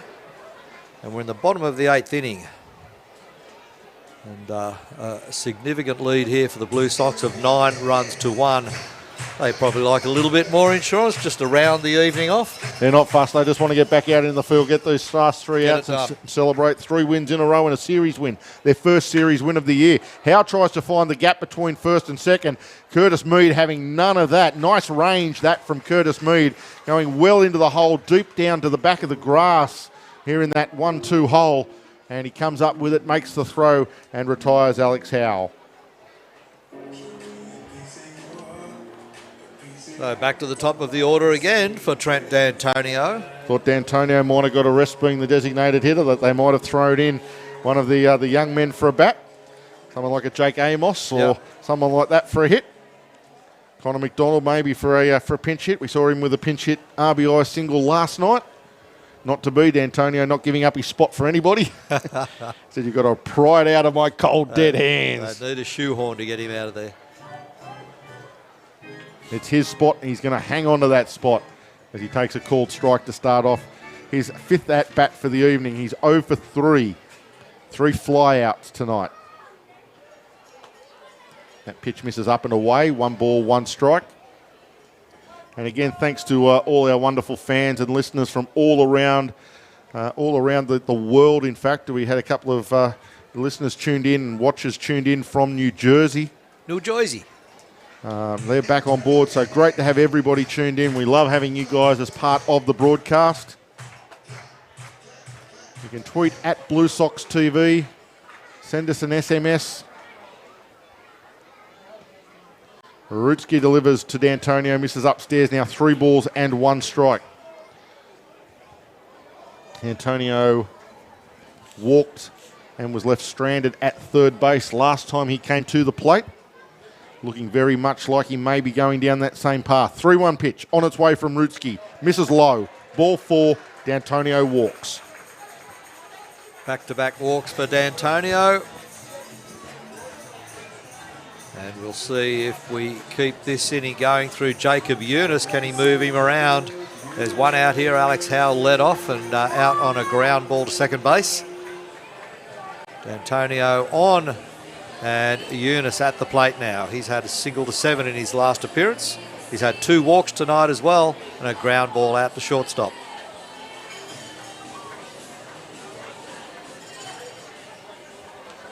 I don't know what his walk-up song was, but a bit noisy. It'll be something to something that he enjoys.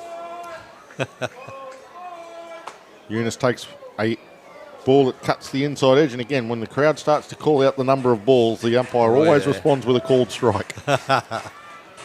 Just because. That's correct. At least it keeps them quiet. It does. 0-1 pitch to Jacob Eunice.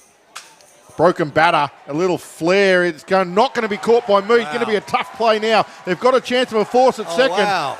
But Hutchings can't pick it up. In fact, that might be. I'm just going to check the binoculars. That Whether might it's be Aklinski? And Klinsky that's gone across there. Klinsky is wearing 20 and Hutchings is wearing 11. It's neither. Klinsky's in left. It's neither.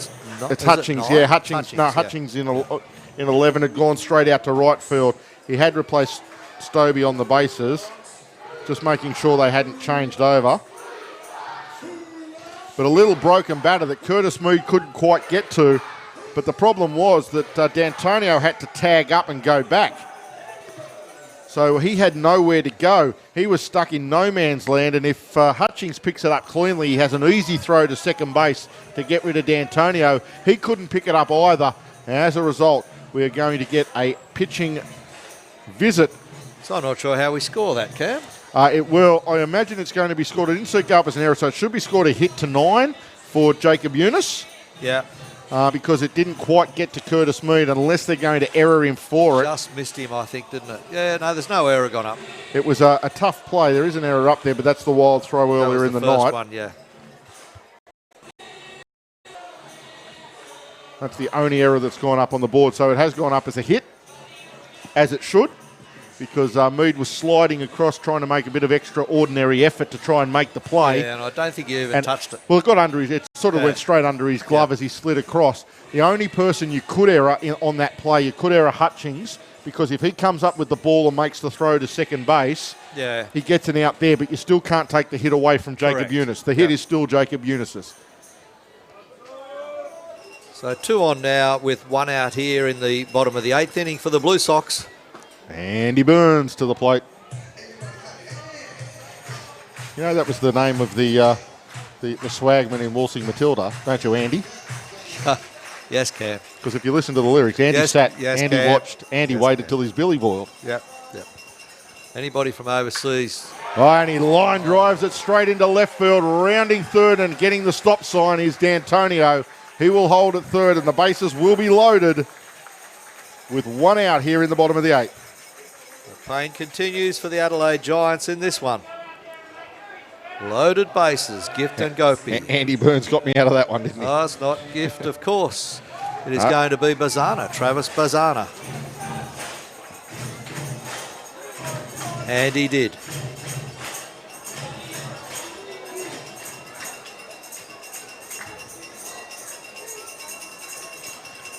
Big occasion for the young man now, the young 17-year-old from the Ku-ring-gai Steelers via the Ride Hawks. His dad Gary's at every game.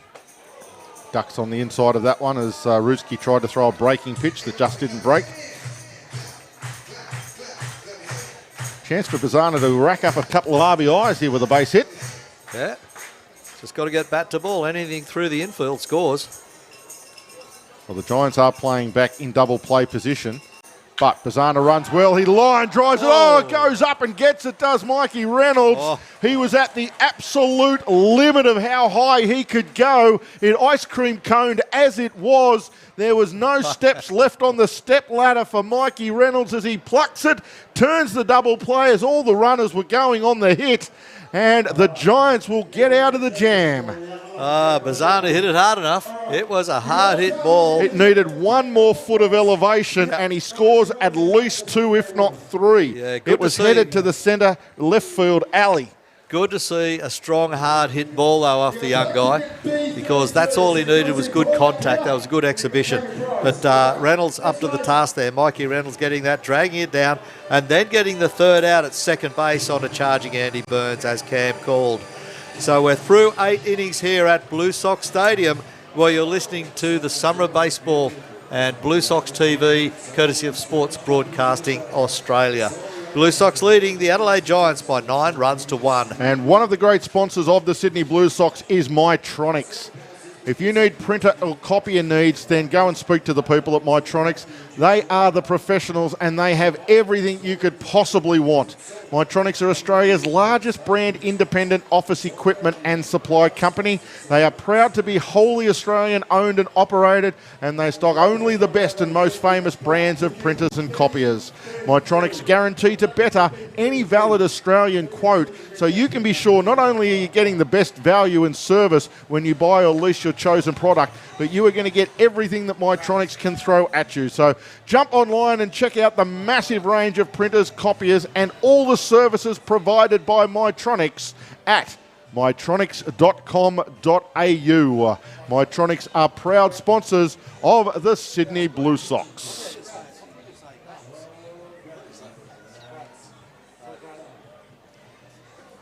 So we head to the top of the 9th, and the Adelaide Giants are in the last chance saloon. It is the last possible opportunity that they can to get back into this game, and it is a long, long way back at 9 runs to 1 down. Todd Grattan takes to the mound for the Blue Sox, coming in to close this game out and get those final 3 outs. The Cougar being used as the closer. That's him. Faces Ben Aklinski to start things off. And Grattan starts with a called strike.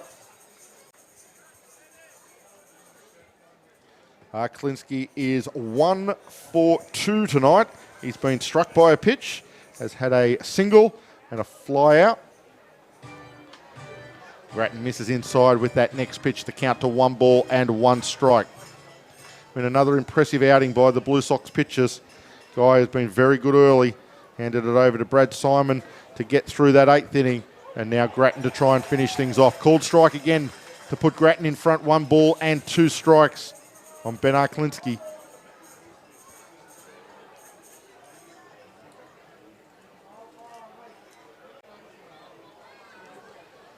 Grattan composes himself for the 1-2 fastball straight through the swing of Aklinski for a strikeout for Todd Grattan. And the Blue Sox 1 out closer to making it a series win. Their first series win of the 2019-20 campaign. And a nice way to stamp a little bit of authority on Blue Sox Stadium to say that no team is going to come here and take stuff away from us very easily. Up, they're home. They're putting their stamp on it. Little pop-up. Grattan's a chance. He's making great ground. He's going to make a catch just in foul territory. But nice ground off the mound, that from Toddy Grattan. Who says pitchers aren't fielders, Harrow? He knew nobody else was going to get to it, so he was going to do the job himself because he wanted that out. That's it. You know, that as much as you want it, that's now 5 pitches for 2 outs for Grattan. Good work. The economy of effort to try and shut this one down. And the Giants, they're now down to their last out here in the top of the ninth. Just heard the bells toll in the background. Mikey Reynolds. 1 out away, as you said, Cam, from the series win. Reynolds been good with 2 hits tonight, 2 from 4. Has probably been one of the better offensive weapons for the Adelaide Giants. He goes after the first pitch up into the facade of the grandstand and back down to the pitcher's mound. That ball's probably got a nice cut in it. Those fans that want to come out tomorrow and watch this game where Sydney will attempt to sweep the series and sweep the Adelaide Giants. What time are we on tomorrow? 1 o'clock, first pitch. 1 p.m. first pitch, gates open at midday. So get yourself out here, get yourself some lunch. Yep, absolutely. Get out to Blue Sox Stadium for a cracker, for a sweep. Get the brooms. Bring the brooms with you. This one lifted to centre field. Michael Krause all over it, and that is it. The Blue Sox win it 9-1, and they win their first series here in the 2019-2020 season. They lead the Adelaide Giants 3-0 in this 4-game series. So the Blue Sox winners by 9 runs to 1 over the Adelaide Giants. Another solid performance all around from the Blue Sox. Harrow, Gaia good on the mound again, and the bats, they did it as they needed to. What a bomb we saw from Andy Burns, and then just some good hitting all around to keep driving in those runs in the middle stages. Yeah, very solid outing there for the Sydney Blue Sox. Really good to see after their last weekend in the away series.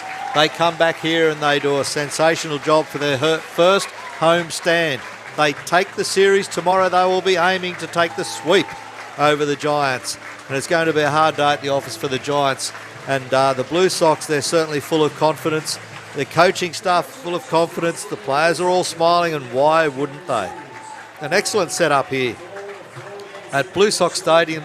The food vendors are great. The refreshment stalls are great. Bring your family out. Bring the kids tomorrow. Have a good day at the baseball. The weather today was absolutely fantastic. And what a fantastic Saturday evening we've experienced. With all of the music that goes on and all of the activities, including Funky Phil, the dancers. What a great night's entertainment. It is a fantastic night's entertainment. It goes again next week. If you can't make it tomorrow for whatever reason, the Bandits come to town next week. Friday, doubleheader Saturday, Sunday against the Bandits next week. Okay, so it's a big weekend against the Bandits. I'll be here. And on Monday, I wouldn't be anywhere else, Harrow. On the Monday, Funky Phil's off. We're going to get a sniper on him tonight. We've got to get a sniper on him tonight. The kids, they're all chasing Phil. Who's that down on the infield? One of the fathers? No, a big kid. Look out, Phil. Taking a shortcut. Look out, Phil. Look out. Phil's going to get beaten. No, one of the kids is going to beat him around. Photo finish. Phil prides himself on being pretty still quick around the base pads. Look at how many kids there are. Awesome to see the kids out there enjoying it. Still coming through the gate. Plenty of the kids from the East Hills Club and the Kings Langley Eagles are down there enjoying their night out. The barter card buddies that they went out with the Blue Sox players. A little bit of trivia about Kings Langley. The Kings Langley Club was established by the Balfour family, let's say. There you go. All in one word, and that was established a long time ago. Of course, David leading the charge, and David Balfour was deeply involved in ABL, in the original ABL in Australia, and more recently with the Sydney Blue Sox. And unfortunately, we left him. He left us a couple of years ago, and but put up a tough battle, did Dave Balfour? I think he still has the record of the fight with the disease that he had for being the longest survivor with it. Yeah, he fought right to the end. And of course his son Grant over there and made a real name for himself in the game of baseball, in professional baseball at MLB level in the USA. We were lucky enough to be over there and see him play when he was with the Rays, and that was sensational, and he had some really good outings with the Rays and really made a name for himself over there in MLB, did Grant Balfour. But David Balfour, his dad, established the Kings Langley Junior Club, who kids are out there now still enjoying themselves years and years and years later. Great to see, Harrow. So we're going to wind things up here from Blue Sox Stadium. We thank you very much for being a part of the broadcast. And until tomorrow night, thanks for listening. I'm Paul Harradine. He's Cameron Hicks and Big Cam. On air about 1:45 tomorrow. Tomorrow afternoon, about 12:45. We're planning to try and be on air tomorrow afternoon. We'll try and get maybe another chat. We'll maybe try and have a chat with maybe one of the pitchers. We'll try and get maybe L.A. Mestre or Thomas Dormany, one of the early pitchers from the series, and see how they're doing. And we'll see whether we can get an interview with them. But other than that, I think we're just about done here tonight. I've got a fruit tingle with my name all over it. Good on you. Big thanks to Oscar and Owen over there, throwing all the switches. Look at the camera switching, the audio, everything. Absolutely sensational technical job right behind us two mouths on the microphone. So thanks a lot, guys. Thanks, everybody, for viewing. Tell your friends and family. Tune in again tomorrow, 12:45 Sunday, the very first day of December 2019. Bye for now. Are you struggling with the